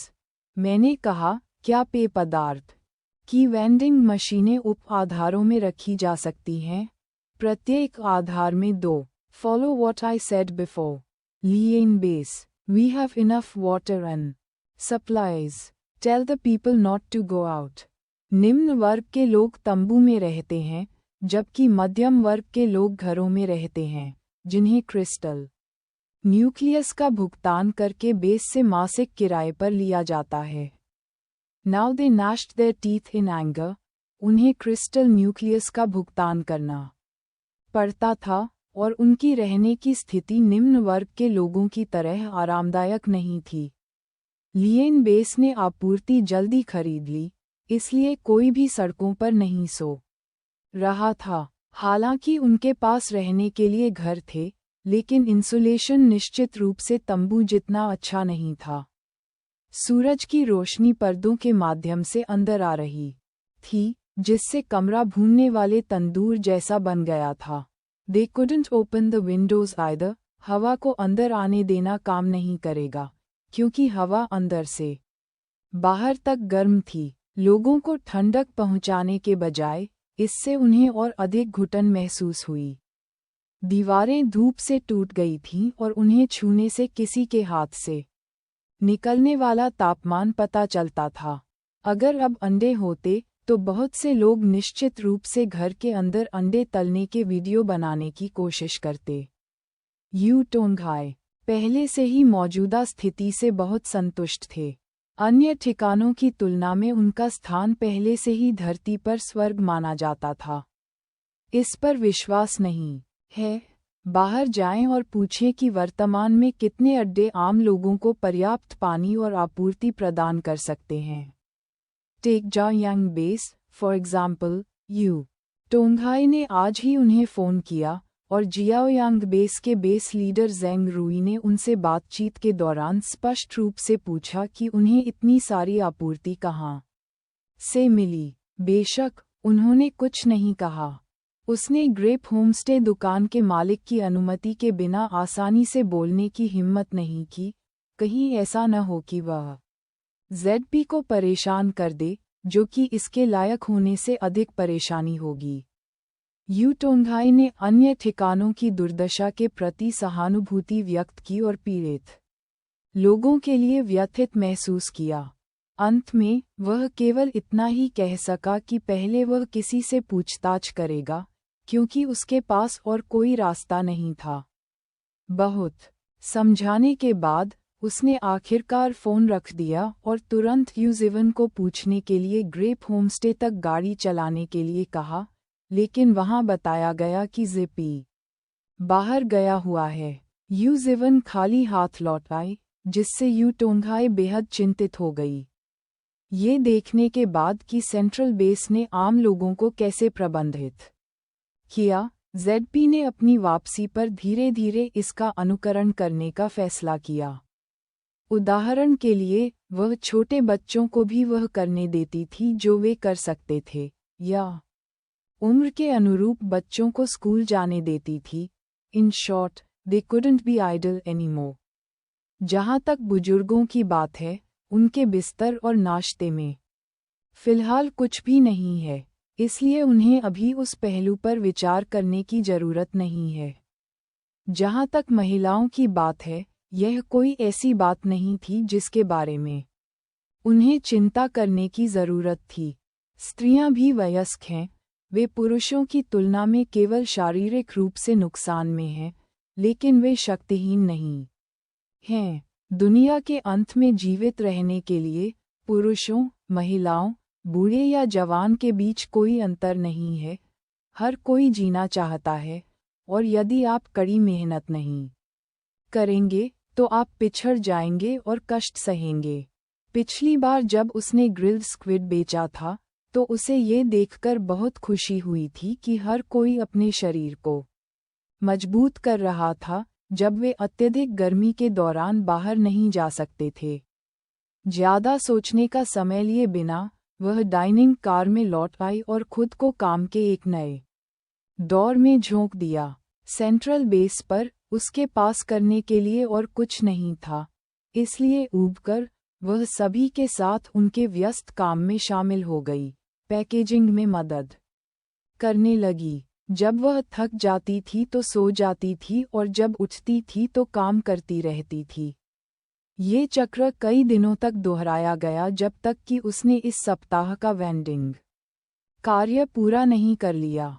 Jiang झो उसके पास आया और अपने बचे हुए अंकों का इस्तेमाल ढेर सारा पानी और बेंटो बक्से खरीदने के लिए किया। ZP ने ये नहीं पूछा कि वह इतनी सारी चीज़ों से कैसे निपटेंगे। कुछ दिनों के बाद बेस में पर्याप्त जल भंडारण जमा हो गया था, और इसके अलावा वेंडिंग मशीनें भी थीं जो बेस में पानी बेच सकती थीं, इसलिए उनके लिए विदाई का समय आ गया था। जब उसने झोउके को अलविदा कहते हुए पाया, तो झोउके ने पहले पूछा, क्या दुकान के मालिक को जाने की याद आ रही है? ZP rho was startled, how do you know? आप कभी भी 3 दिन से ज्यादा स्टॉल नहीं लगाते। One would know if they just bothered to ask. Her heart began to pound. Central base उसे रुकने के लिए मजबूर नहीं करेगा, है ना? उसकी चिंता को देखकर झोउके मुस्कुराए। मैंने पहले ही बेस को इसके बारे में बता दिया है, और बेस अगली बार फिर से आने के लिए आपका स्वागत करता है। Did that mean they were letting her go? ZP रोह शांति से मुस्कुराई। उसने अपने मन में जो भी बहाने तैयार किए थे, वे अब अनावश्यक हो गए थे। ठीक है। कुछ दिनों की बातचीत के बाद सेंट्रल बेस ने देखा कि ZP एक शांत और संयमित व्यक्ति थे। सतह पर ठंडे दिखते थे, लेकिन वास्तव में वे बहुत गर्मजोशी से भरे हुए थे और उनके साथ काम भी करते थे। China is not just the central base. सबके साथ आने और कठिनाइयों को दूर करने की उसकी इच्छा ने पहले ही दिखा दिया था कि वह एक बहुत अच्छी इंसान थी। अपने आप को किसी छोटी जगह तक सीमित न रखते हुए, ऐसे व्यक्ति की वास्तव में बड़ी महत्वाकांक्षाएं होती हैं। अगर ZP को पता होता कि वे उसके बारे में इतना अच्छा सोचते हैं, तो वह बहुत खुश होती कि वह इधर उधर घूमती। अंतरिक्ष क्षमता उपयोगकर्ता जो पहले झोल के साथ बिस्तर और नाश्ता से खरीदारी करने आए थे, वे सभी 1 दर्जन नए चेहरों के साथ आए थे। झीपी ने भौहें उठाईं। क्या आप सब मुझे विदा करने आए हैं? Was she really that important? दुकान की मालिक मिस, हम बेंटो बॉक्स का एक और बड़ा बैच ऑर्डर करना चाहेंगे।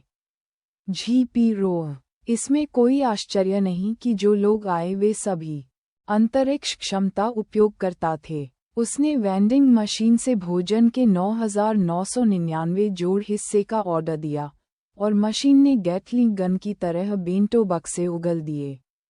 जैसे ही यह उगला, स्पेस एबिलिटी उपयोगकर्ता ने उन्हें एकत्र किया और यह प्रक्रिया बहुत तेज थी।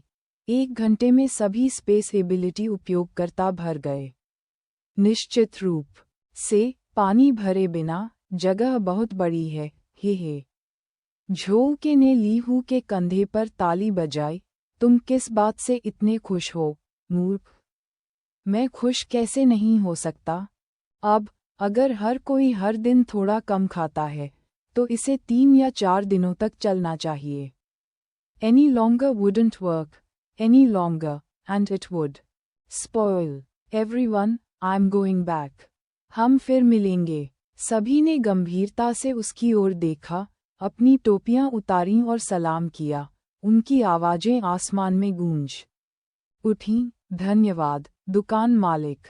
बेस का प्रसारण शुरू हुआ, जिसमें लोगों को बेस की मदद करने की झीपी रोह की पूरी प्रक्रिया का वर्णन किया गया, जिसने झीपी रोह को इतना डरा दिया कि उसने पीछे मुड़कर नहीं देखा।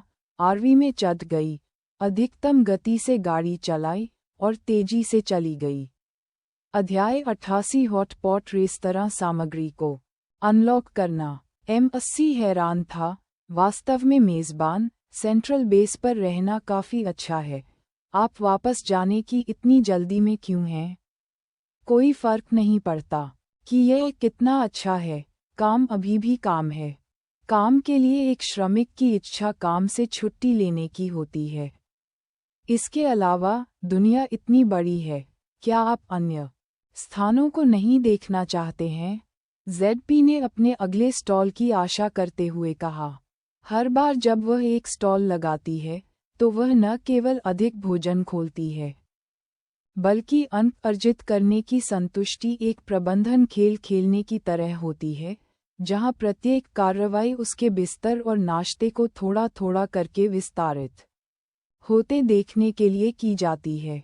तांग तांग टिल्ड मुझे चाहिए टिल्ड। तुम क्या चाहते हो? राष्ट्र के लिए शांति और समृद्धि। M80 ZP को ये मनोरंजक लगा और उसने मूर्ख टोंग टोंग को चिढ़ाना जारी रखा। तांग तांग टिल्ड मुझे चाहिए टिल्ड। क्या आप राष्ट्र के लिए शांति और समृद्धि चाहते हैं? मुझे एक हॉटपॉट रेस्तरां चाहिए। मुझे लंबे समय से हॉटपॉट नहीं मिला है। होस्ट इसे अंकों के साथ अनलॉक कर सकता है। झीपी ने चिल्लाते हुए कहा। कितने अंक? 5 मिलियन अंक। वह तुरंत उदास हो गई। इस बार झोल के द्वारा खरीदी गई अधिकांश आपूर्तियां पानी और भोजन थीं, और इन दोनों वस्तुओं की कीमतें अधिक नहीं थीं। सेंट्रल बेस पर पहुंचने के बाद ये दोनों ही बिकने वाली मुख्य वस्तुएं थीं। अब उसका कुल बैलेंस ठीक 5.13 मिलियन था। आपूर्ति बेचने से अधिक पैसा कमाया। अत्यधिक गर्म आपूर्ति बेचने से प्राप्त धन उसके लिए एक बार अमीर बनने के लिए पर्याप्त था, अन्यथा यह इतनी जल्दी बिस्तर और नाश्ता को अपग्रेड करने के लिए पर्याप्त नहीं होता।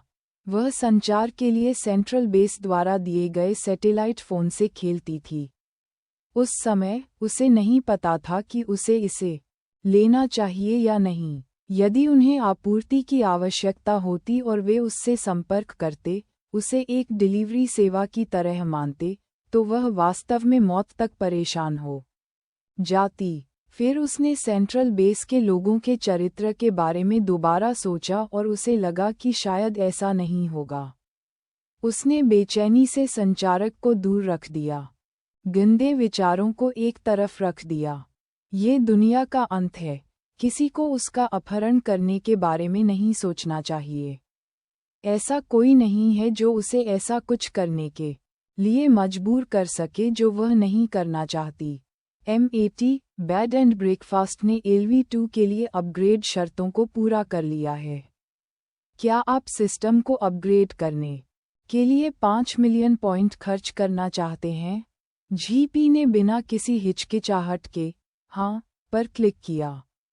अपग्रेड सफल। बिस्तर और नाश्ता को LV2 में अपग्रेड कर दिया गया है। एक हॉटपॉट रेस्तरां खोला गया है। हॉटपॉट सूप बेस अनलॉक किया गया है। Spicy beef Tolo pot base और हॉटपॉट सामग्री अनलॉक की गई है। कटा हुआ बीफ और कटा हुआ मेमना। केवल एक बर्तन मेजबान चित्र बना सकता है। इसे भूल जाओ, यह एक मसालेदार बर्तन है। वैसे भी मसालेदार पॉट वह है जो वह सबसे ज्यादा खाती है, और केवल 2 मांस व्यंजन मेजबान चित्र बना सकता है। क्या मैं वापस आते ही हॉटपॉट रेस्तरां देख सकता हूँ? हाँ। अंत में उसने फिर भी चित्र बनाया। वह वास्तव में हॉटपॉट खाना चाहती थी और उसे सामग्री जुटानी थी। पॉट बेस के लिए ड्राइंग की लागत प्रति ड्रॉ 200,000 अंक है, जबकि सामग्री की लागत केवल 10,000 अंक है। मांस और सब्जियां बेतरतीब थीं और उसे पता नहीं था कि उसे क्या मिलेगा। समय बिताने के लिए उसने एक-एक करके चित्र बनाए और प्रत्येक चित्र के साथ अपनी प्राथमिकताओं को मन में तौला। लंच मटन बुरा नहीं है, यह एक मांस की वस्तु है। आलू ये भी अच्छा है। मसालेदार बर्तन में उबले हुए आलू सबसे अच्छे होते हैं। जैसे ही वे पकते हैं, मसालेदार बर्तन का आधार स्वाद आलू द्वारा अवशोषित कर लिया जाएगा, जिससे वे नर्म, मोमी और स्वादिष्ट बन जाएंगे। जब वह किसी हॉटपॉट रेस्तरां में जाती है तो उसके लिए यह एक शाकाहारी व्यंजन अवश्य ऑर्डर किया जाने वाला व्यंजन है। तारो स्वादिष्ट लेकिन आलू के समान। सलाद फ्राइड क्रिस्पी पोर्क। कुरकुरा सुअर का मांस। एक हॉटपॉट रेस्तरां क्रिस्पी पोर्क को क्यों अनलॉक करेगा? जब आप किसी हॉटपॉट रेस्तरां में जाते हैं तो क्या आप हमेशा इसे ऑर्डर नहीं करते? तो क्या इसका मतलब ये है कि brown sugar, glutinous rice cake, कद्दू बॉल्स और तले हुए मिनी स्टीम्ड बंस भी हैं? M80 एक पल के लिए रुका। हाँ, मुझे ऐसा लगता है एक हॉटपॉट रेस्तरां सिर्फ हॉटपॉट नहीं परोस सकता। अन्य छोटे स्नैक्स खाने से भी बहुत ताजगी मिलती है, जिससे आपकी स्वाद कलिकाएं स्वाद बदल सकती हैं, ताकि आप बीच में ही इसे खाते हुए न थकें। तला हुआ खाना स्वास्थ्यवर्धक है या नहीं? आप हॉटपॉट खा रहे हैं, क्या आपको अब भी इसकी परवाह है कि यह स्वास्थ्यवर्धक है या नहीं? अगर आपको लगता है कि यह अस्वास्थ्यकर है तो इसे न खाएं। बड़े सफ़ेद चावल। GP की पुतलियां फैल गईं, उसके चेहरे पर एक हैरान करने वाला भाव आया। क्या मुझे चावल निकालने के लिए 10,000 अंक खर्च करने होंगे? सीधे खुले चावल के कटोरे केवल चावल के कटोरे की दुकान पर ही संचालित किए जा सकते हैं। यदि मेज़बान इसे यहाँ नहीं खींचता है, तो हॉटपॉट रेस्तरां बड़े सफ़ेद चावल नहीं बेच पाएगा। लेकिन हॉटपॉट रेस्तरां में कोई भी चावल खाना नहीं चाहेगा, है ना? क्या यह अधिकतर नूडल्स हाथ से खींचे गए नूडल्स की तरह नहीं है? GP रोह, मुझे समझ नहीं आया, लेकिन मैं इसका सम्मान करता हूँ। वह पहले ही 60,000 अंकों का उपभोग करते हुए 6 बार ड्रॉ कर चुकी थी और 7 ड्रॉ बाकी थे, इसलिए उसने सभी को एक ही बार में ड्रॉ कर लिया। रेमन माचा फ्राइड दही, झींगा पेस्ट, बत्तख की आंतें, बत्तख का खून, तली हुई टोफू त्वचा, केकड़े की छड़ें। मोटे तौर पर 4 और मांस व्यंजनों के साथ कुल मिलाकर 6 मांस व्यंजन बनते हैं। जो एक हार्दिक हॉटपॉट भोजन के लिए पर्याप्त हैं। ZP रोह बिस्तर पर लेट गई, आराम करने और सोने के लिए समय का लाभ उठाया। जब वह वापस आई, तो वह भरपेट खाना खाने जा रही थी। किसने सोचा होगा कि अंकों के साथ पहली चीज जो वह अपग्रेड करेगी वह बेड एंड ब्रेकफास्ट को एक स्टैंडअलोन बिल्डिंग नहीं, बल्कि एक हॉटपॉट रेस्तरां बनाना होगा। एकमात्र अफसोस सूप बेस की सीमित विविधता का था। वह कार से बाहर निकली और सीधे नए खुले हॉटपॉट रेस्तरां की ओर चली गई। सुबह में लोगों का एक समूह सुबह की दौड़ के लिए नीचे आया और हॉटपॉट रेस्तरां देखा, जो खुलने वाला था। उन्होंने अनुमान लगाया कि दुकान का मालिक वापस आ गया होगा, इसलिए उनमें से कोई भी अपने कमरे में नहीं लौटा।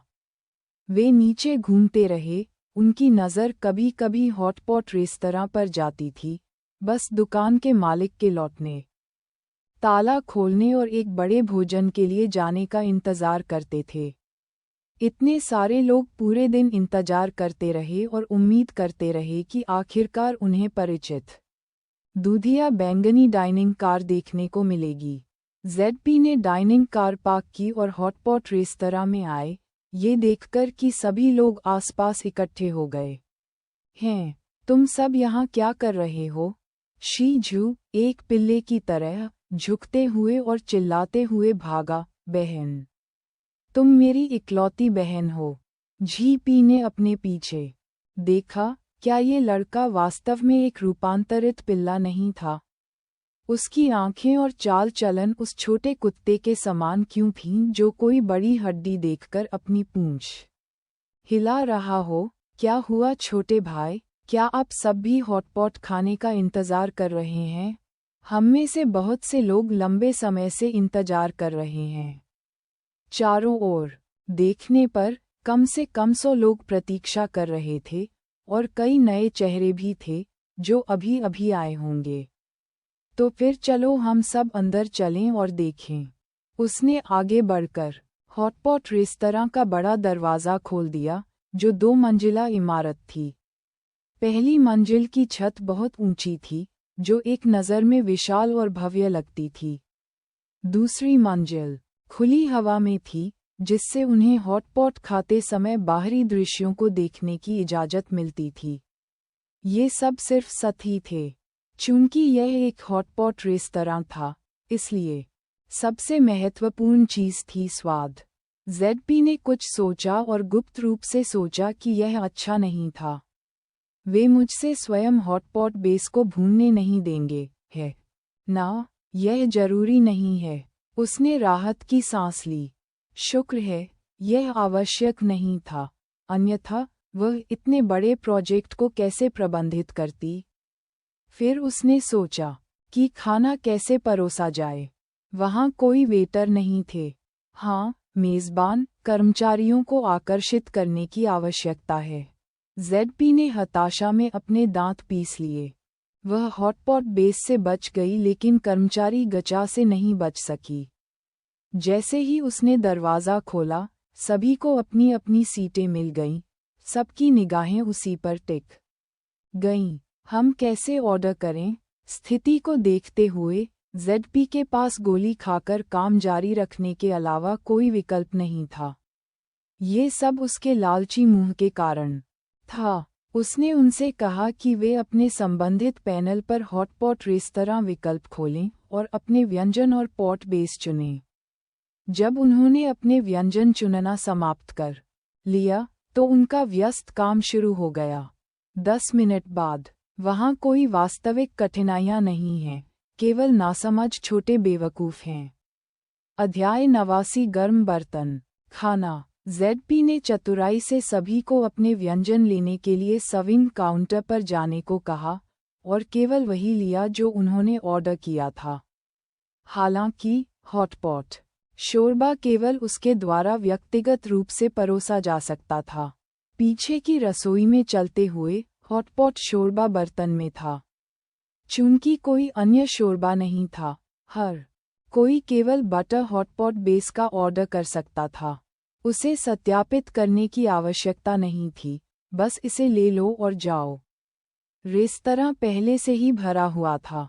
कुछ लोग अकेले आए और किसी अज्ञात बातचीत के माध्यम से परिचितों और अजनबियों के साथ टेबल साझा करते हुए एक साथ बैठे और खुशी से बातचीत की।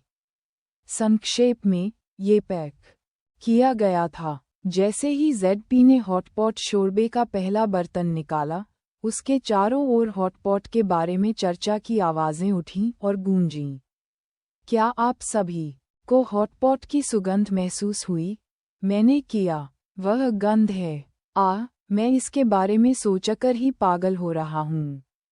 स्वर्ग जानता था कि एक भोजन प्रेमी के लिए दुनिया का अंत कितना क्रूर था, और अब आखिरकार उन्हें परिचित हॉटपॉट की सुगंध महसूस हुई। हर कोई सुगंध को सूंघते हुए, अपने अतीत को याद करते हुए, चर्चा करने से खुद को नहीं रोक सका। मैं सप्ताह में एक बार हॉटपॉट खाता था। पहले सबसे प्रत्याशित चीज़ सप्ताहांत थी। सप्ताहांत पर मैं खरीदारी करने जा सकता था और स्वादिष्ट भोजन खा सकता था। ये गंध वास्तव में बहुत परिचित है। हर बार जब मैं हॉटपॉट रेस्तरां से गुजरता था, तो मैं हिल नहीं पाता था। उनकी चर्चाओं के बीच हर कोई उत्सुकता से गंध के स्रोत की तलाश कर रहा था। जेडपी रोहमाला तांग शोरबे का एक बर्तन ले जा रही थी। शोरबा के एक पूरे बर्तन में केवल पानी मिलाने और फिर उबालने की आवश्यकता होती है। उसे आश्चर्य हुआ कि सबकी नाक इतनी तेज कैसे हैं। ये सिर्फ हॉटपॉट शोरबा था, फिर भी उनकी चर्चाओं से ऐसा लग रहा था मानो वे पहले से ही हॉटपॉट खा रहे हों।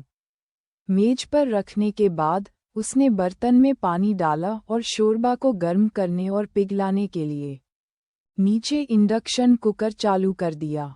एक टेबल का मसालेदार बर्तन उबल रहा था, और हॉटपॉट की सुगंध ठोस होने की तुलना में और भी अधिक तीव्र थी, जिससे हर कोई मदहोश हो गया। किसी ने भी आगे बढ़ने की हिम्मत नहीं की, क्योंकि बच्चे नए साल के लिए रिश्तेदारों से मिलने गए थे। मेज़बान जी पीरोह की अनुमति के बिना वे कुछ गलत करने और मेज़बान को परेशान करने से डरते थे, जिसका मतलब था खाना नहीं देना। जिन लोगों के बर्तन परोसे गए थे वे सर्विंग काउंटर पर चले गए।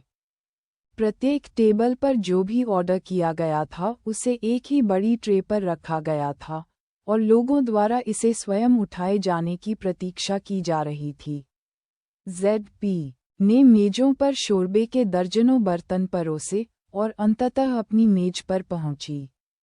बैठने के बाद ही उसे एहसास हुआ कि उसने डिपिंग सॉस तैयार नहीं किया है, इसलिए उसे फिर से खड़ा होना पड़ा और मसालों को तैयार करने के लिए पीछे की रसोई में जाना पड़ा। मसालों को बेसिनों में रखा गया था।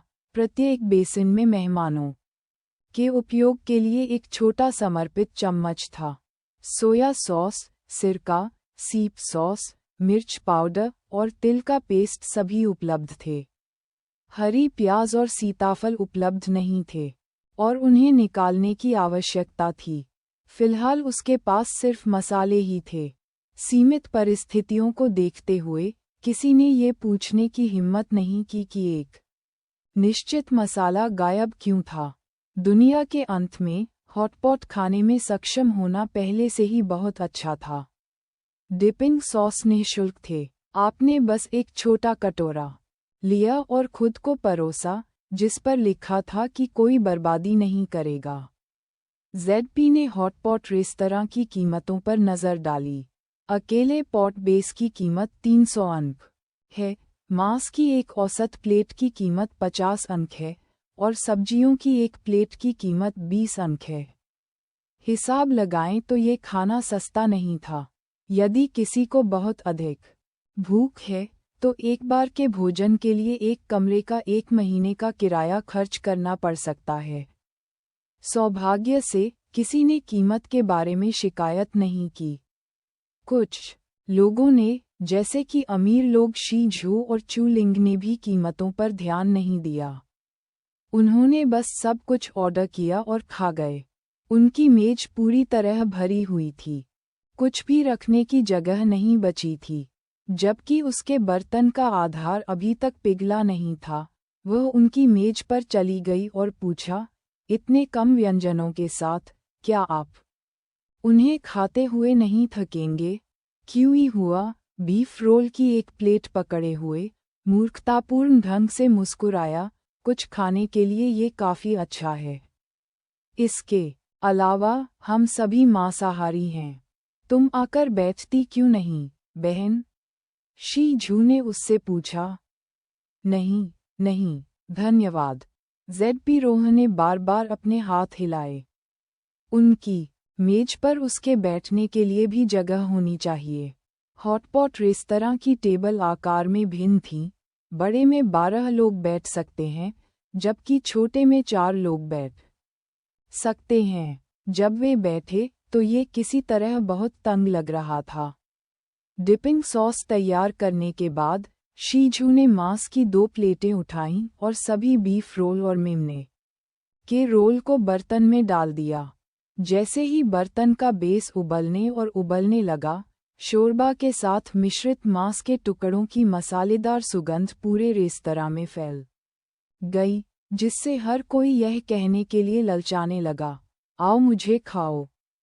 शी झू सबसे पहले मेमने का रोल खाने वाले पहले व्यक्ति थे। उन्होंने गहरी सांस लेते हुए कहा, यह मेमना रोल कोई कृत्रिम योजक नहीं, ये स्वाद है। ये बहुत अद्भुत है, स्वादिष्ट। आखिरकार मुझे हॉटपॉट रिंस मीट खाने को मिला। क्यूई हुआ ने मांस का एक बड़ा टुकड़ा अपने मुंह में भर लिया। वह पहले से ही स्पष्ट रूप से बोलने में असमर्थ था। कियान वुशुंग और चू लिंग ने संयमित आचरण के साथ खाना खाया, लेकिन उनकी गति शी झू की तुलना में बहुत धीमी नहीं थी। उन्होंने अपनी मेज पर एक के बाद एक अनगिनत मात्रा में गोमांस और मेमने के रोल का ऑर्डर दिया था। 8 लोगों के पेट भर खाने के बाद उन्हें याद आया कि उन्होंने भी सब्जी का ऑर्डर दिया था। उन्होंने सब्जियां बर्तन में डाल दीं और उनके खाने की गति धीमी हो गई। सभी ने बातचीत की और हंसे। मैं हॉटपॉट खाते समय दूध वाली चाय पीना चाहता हूँ। अगर हम रॉक पेपर कैंची खेलें तो कैसा रहेगा? जो भी हारता है वह इसे खरीद लेता है। प्रत्येक व्यंजन का भाग आकार बड़ा नहीं था। जेड.पी. रोह की अपनी टेबल पर हर चीज का ऑर्डर दिया गया। उन्होंने जी भरकर खाया। उसने अपनी पसंदीदा तिल पेस्ट डिपिंग सॉस तैयार की। पॉट बेस को हल्के, मध्यम और अतिरिक्त मसालेदार में विभाजित किया गया था। उसकी तालू तेज थी और उसने अपने लिए मध्यम मसालेदार भोजन चुना। मसालेदार पॉट बेस में पहले से ही एक स्वाद था, एक बहुत मजबूत मक्खन हॉटपॉट शोरबा सुगंध। मसालेदार तेल का तीखा लाल रंग इतना आकर्षक था कि इसने मसालेदार भोजन पसंद करने वालों की भूख को बहुत बढ़ा दिया। जब सामग्री को बर्तन से बाहर निकाला गया, तो वे लाल तेल की एक समृद्ध परत में लेपित थीं। तेल लेपित सामग्री हर कोण से बहुत आकर्षक लग रही थी। पहले काटने के लिए डिपिंग सॉस की आवश्यकता नहीं थी। इसका मतलब हॉटपॉट में पकाए गए मांस के टुकड़ों का मूल स्वाद था, ताकि हॉटपॉट के स्वाद का पूरी तरह से अनुभव किया जा सके। अप्रत्याशित रूप से तीखापन इतना तीव्र था, बस मध्यम तीखा ही उस पर गहरा प्रभाव डालने के लिए पर्याप्त था, जिससे वह अनायास ही गर्मी से रोने लगती थी। उसने अपनी जगह से एक दूध वाली चाय निकाली और अचानक आए तीखेपन को दबाने के लिए एक बड़ा घूंट पी लिया। अवश्य ही वह ये गलत कर रही थी। फिर से कोशिश करते हैं। वह अभी मानसिक रूप से तैयार नहीं थी। इस बार मानसिक तैयारी के साथ केवल मध्यम मसालेदार भोजन निश्चित रूप से उसे हरा नहीं पाएगा। एक और टुकड़ा, और यह अभी भी बहुत मसालेदार था। क्या हो रहा है? क्या ऐसा इसलिए है क्योंकि उसने काफी समय से मसालेदार खाना नहीं खाया है और अभी तक उसे इसकी आदत नहीं है? उसने कुछ घूंटों में 1 कप दूध वाली चाय खत्म कर दी। अब इतना कुछ नहीं सोच रही थी। ये बहुत मसालेदार था, इसलिए वह बर्तन के आधार से मिर्च का एक पूरा कटोरा ही निकाल सकी, इस उम्मीद में कि इस तरह से पकाई गई सामग्री कम मसालेदार होगी। तिल के पेस्ट में डूबा हुआ मांस का एक और टुकड़ा खाने के बाद उसे अंततः आराम महसूस हुआ। मांस के टुकड़ों को तिल के पेस्ट में लेपित किया गया था और उसने सुगंध के लिए कुछ तिल भी डाले थे। तिल के पेस्ट की उपस्थिति बहुत मजबूत थी, जैसे उसने मांस के टुकड़ों पर कोई सौंदर्य फिल्टर लगा दिया हो। जिन लोगों को तिल का पेस्ट पसंद था, उन्हें इसे देखने मात्र से ही लार टपकने लगती थी। यह इस दुनिया में उनका पहला हॉटपॉट भोजन था। यह अफसोस की बात थी कि उसके पास फ़ोन नहीं था, अन्यथा वह वास्तव में पूरी टेबल की तस्वीर लेना चाहेगी और उसे अपने मोमेंट्स पर पोस्ट करना चाहेगी। जीवन में क्या ये सब मांस के इस टुकड़े के लिए नहीं है? अध्याय 90 शुरू करने का कोई रास्ता नहीं। उसने रेमन परोसने का ऑर्डर दिया और यह कुछ ही मिनटों में पक गया। जैसे ही उसने चबाया हुआ रेमन खाया, उसे नूडल्स की गेहूं की सुगंध महसूस हुई और भारी मिर्च के तेल के साथ भी वह अभी भी मीठे गेहूं के स्वाद का स्वाद ले सकती थी। मसालेदार नूडल्स की तुलना में वह अभी भी टमाटर सूप बेस में पकाए गए नूडल्स को प्राथमिकता देती थी। मीठे और खट्टे नूडल्स इटालियन बोलोग्नीज से भी बेहतर थे। बहुत से चीनी लोग इतालवी बोलोग्नीज के आदी नहीं हैं, लेकिन ZP को लगा कि टमाटर हॉटपॉट बेस के साथ पकाए गए नूडल्स चीनी स्वाद के लिए अधिक उपयुक्त थे, जैसे कि उनके लिए तैयार किया गया इतालवी पास्ता। इसके अलावा उसका पसंदीदा व्यंजन अभी भी झींगा पेस्ट था। दुकान में खुला झींगा पेस्ट बहुत ठोस लग रहा था। करीब से निरीक्षण करने पर वह बांस की ट्यूबों में परोसे गए अलग अलग झींगा को भी मिश्रित होते हुए देख सकती थी। एक सविंग में 5 बांस की नलियां होती थीं, जिनमें से प्रत्येक लगभग 2 अंगुल लंबी होती थी, और उसे उन्हें चम्मच से टुकड़े टुकड़े करके बर्तन में डालना होता था। उसे ये बहुत पसंद था, इसलिए उसने एक ही बार में ये सब डाल दिया, ये सोचकर कि वह भरपेट खा सकेगी। पका हुआ झींगा पेस्ट मीटबॉल की तरह सूप की सतह पर विभिन्न आकारों में तैरता रहेगा और ZP के उन्हें निकालने और आनंद लेने की प्रतीक्षा करता रहेगा। उसने स्लेटेड चम्मच उठाया और सारा झींगा पेस्ट अपने कटोरे में डाल दिया। दरअसल मछली रो के साथ झींगा पेस्ट और भी स्वादिष्ट था। इसमें सामान्य झींगा पेस्ट की तुलना में एक अलग बनावट जोड़ी गई। झींगा के कुछ पेस्ट को सॉस में डुबोया गया, कुछ को नहीं, और दोनों ही तरीकों से स्वादिष्ट लगा। जब उसने इसे खाया तो उसे ऐसा महसूस हुआ जैसे उसने देखा झींगा पेस्ट के एक झुरमुट में कई झींगा थे। ऐसा लग रहा था कि झींगा का पेस्ट रस के साथ फूट रहा है, जिससे उसका मुंह झींगा की ताज़ा सुगंध से भर गया है। जब वह खाना खाते खाते थक गई तभी उसे एहसास हुआ कि दुकान में बातचीत धीरे धीरे शांत हो गई थी। हर कोई हॉटपॉट खाने में व्यस्त था। बेशक शीजू की मेज को छोड़कर उनकी मेज पूरी दुकान में सबसे ज्यादा शोर करने वाली थी। GP रोह ने बहुत जल्दी खा लिया। वह अकेली खाना खा रही थी और पूरा बर्तन केवल उसे ही परोस रहा था। अन्य तालिकाओं के विपरीत, जहां उन्हें पकाने के बाद व्यंजन छीनने पड़ते थे। जब उसने खाना खत्म किया तो उसने देखा कि शीजू की मेज अभी शुरू ही हुई थी। आलू के स्लाइस जैसी सब्जियों को पकाने में बहुत समय लगता था, और जब वे पक जाते थे तो उनके खत्म होने से पहले प्रति व्यक्ति एक भी स्लाइस नहीं बची थी।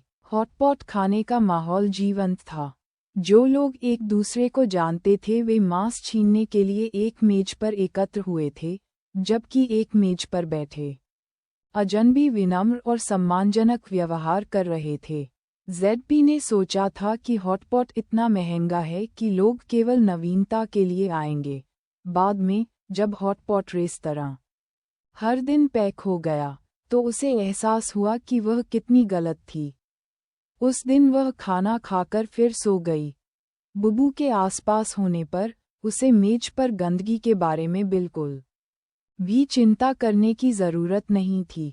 अगले दिन वह जागते ही सोच रही थी कि क्या खाए, और जब वह टहलने के लिए बाहर निकली तो उसने हॉटपॉट रेस्तरां के सामने एक लंबी कतार देखी। जो लोग कल खा चुके थे वे दोबारा खाना चाहते थे, और जो इसके बारे में नहीं सुनकर आए थे वे भी इसे आजमाना चाहते थे। लोगों की संख्या इतनी अधिक थी कि उसे आश्चर्य हुआ कि क्या यहाँ रहने वाले सभी लोग आए हैं। आप क्या कर रहे हो? दुकान के मालिक, आखिरकार आप यहाँ हैं। क्या हॉटपॉट रेस्तरां आज खुला नहीं है?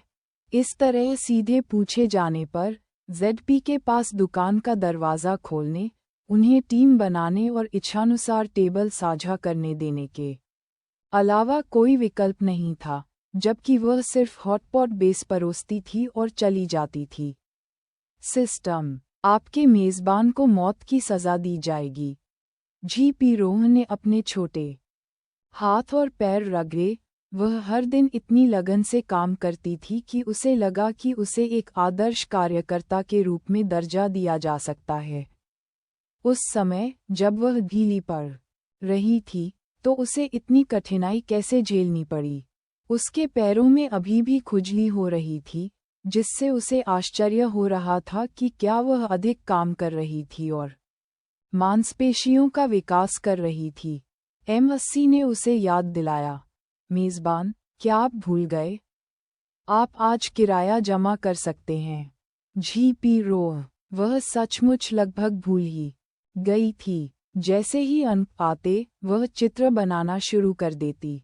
उसने धमकी दी, अगर मैं एक नया कर्मचारी नहीं ला सकती तो बुबू के लिए मैन्युअल रूप से नए कार्य विकसित करने के लिए मुझे दोषी मत ठहराओ। नहीं, मेज़बान, क्या अब आपकी किस्मत बहुत बेहतर नहीं है? इसके अलावा जब आप अगले सप्ताह स्टॉल लगाएंगे तो आप अधिक अंक अर्जित कर सकते हैं। इसे याद करते हुए जब वह पहली बार आई थी तब की तुलना में अब उसकी किस्मत वास्तव में बहुत बेहतर थी। कम से कम ड्राइंग कार्डों से अब केवल कपड़े धोने का डिटर्जेंट और शॉवर जेल ही नहीं मिलता। अच्छी वस्तुओं के लिए ड्रॉप दर थोड़ी बढ़ गई थी। आज, जैसा कि अपेक्षित था, लोग धीरे धीरे अंकों के आदान प्रदान के लिए क्रिस्टल न्यूक्लियस का उपयोग करने लगे, लेकिन इतने कम अंकों के साथ वह अच्छी तरह से जानती थी कि उसका भाग्यशाली हाथ कुछ भी अच्छा नहीं निकाल पाएगा। अपना काम खत्म करने के बाद वह पिग ट्रॉटर चावल लाने के बारे में सोचते हुए बाहर निकली। तभी उसने पाया कि गॉर्मेट स्ट्रीट पर अभी भी लोग इंस्टेंट नूडल्स खा रहे थे। उसे अचानक एहसास हुआ कि हमेशा गरीब लोग रहे हैं। ये सिर्फ इतना था कि लोगों ने अवचेतन रूप से अपना ध्यान अमीरों पर केंद्रित कर दिया था, बिल्कुल वैसे ही जैसे उसने कई लोगों को हॉटपॉट खाने के लिए जाते देखा था, जहां एक हॉटपॉट बेस की कीमत 300 अंक थी, और 300 अंक वास्तव में एक सामान्य व्यक्ति के लिए अप्राप्य थे, यहाँ तक कि एक सप्ताह के 3 भोजन के बराबर भी। इस घटना को ध्यान में रखते हुए वह सेंट्रल बेस द्वारा किए गए समायोजनों का उल्लेख करना चाहती थी, जिससे जीवित बचे लोगों को अपनी क्षमताओं के भीतर काम करने की इजाज़त मिलती है ताकि उन्हें वास्तव में जीवित रहने का रास्ता मिल सके। वह जानती थी कि दुनिया के इस छोर पर प्राकृतिक आपदाएं नहीं रुकेंगी। सामान्य लोग जो बाहर जाकर क्रिस्टल नाभिक इकट्ठा करना चाहते थे, वे आपदाओं के बीच शांति के दौरान उन्हें जल्दी से कैसे प्राप्त कर सकते थे। हालांकि कीमतें कम करना भी असंभव था। बेस में कई कार्यों को करने के लिए लोगों की आवश्यकता होती थी, लेकिन उसे यहाँ इसकी आवश्यकता नहीं थी। जैसे ही उसने इसके बारे में सोचा, वह अचानक चिंतित हो गई। बेड एंड ब्रेकफास्ट में अब तक 500 या 600 कमरे लग रहे थे, लेकिन अच्छी तरह से सजाए गए कमरे बहुत कम थे। केवल शीझू की टीम ही सजी धजी इमारतों में रहती थी। इसे एक साथ रखने पर ऐसा लगा कि हर कोई वास्तव में क्रिस्टल नाभिक को बचा रहा था। जब तक उनके पास रहने के लिए जगह थी, रहने की स्थिति के लिए उनकी मांगें अधिक नहीं थीं। लेकिन ऐसा जीवन उसका लक्ष्य नहीं था। वह एक समृद्ध युग की समृद्धि की आदि थी, अपने प्रबंधन के तहत लोगों के जीवन की गुणवत्ता में सुधार की आदि थी। अब दुनिया के अंत में सूनेपन को देखकर उसे हमेशा उदासी का एहसास होता था। लेकिन वह क्या कर सकती थी? आपूर्ति की कीमतें कम करना बिल्कुल उचित नहीं था। लोगों को एक नौकरी, एक स्थिर आय की आवश्यकता थी। उन्हें खुद पर भरोसा करने, जमीन से जुड़े रहने की जरूरत थी, न कि केवल दूसरों की मदद का इंतजार करने की। मेजबान M80 उसे सांत्वना देना चाहता था। ये कहना चाहता था कि बेस से सीखने के लिए एक और चीज़ थी, जो थी खेती के लिए लोगों को काम पर रखना और अंक अर्जित करना। उत्परिवर्तित पौधे मौजूद थे और प्रचुर मात्रा में थे, लेकिन सामान्य पौधों की संख्या बहुत कम थी, जो मानवता के भविष्य के विकास के लिए बहुत प्रतिकूल थी। प्रत्यक्षतः पानी की कमी के कारण पेड़ लगातार कम हो रहे थे और हरी पत्तियों के प्रकाश संश्लेषण से ऑक्सीजन उत्पन्न होती थी।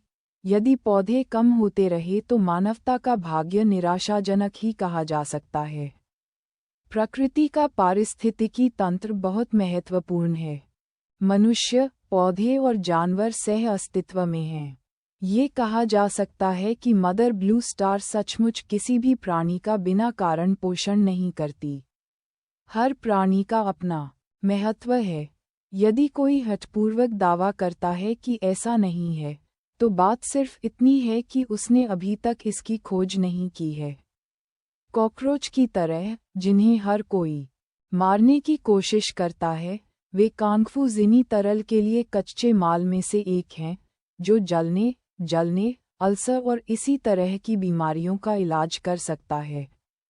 हर चीज़ के दो पहलू होते हैं। संक्षेप में, पारिस्थितिकी को बनाए रखना अत्यावश्यक है। इसके अलावा आने वाली आपदाओं में अगर पौधे ही नहीं होंगे तो मनुष्य अकेले उनका सामना कैसे करेगा? क्या गलत है? क्या आपके पास कोई शानदार विचार हैं? M80 रुक गया। इसके कार्यक्रम ने इसे मेज़बान को आसन आपदाओं के बारे में पहले से सचेत करने की अनुमति नहीं दी। मेज़बान, एक कार्ड बनाओ। शायद तुम्हें वह मिल जाए जो तुम चाहते हो। ZP ने 45 डिग्री के कोण पर आकाश की ओर देखा।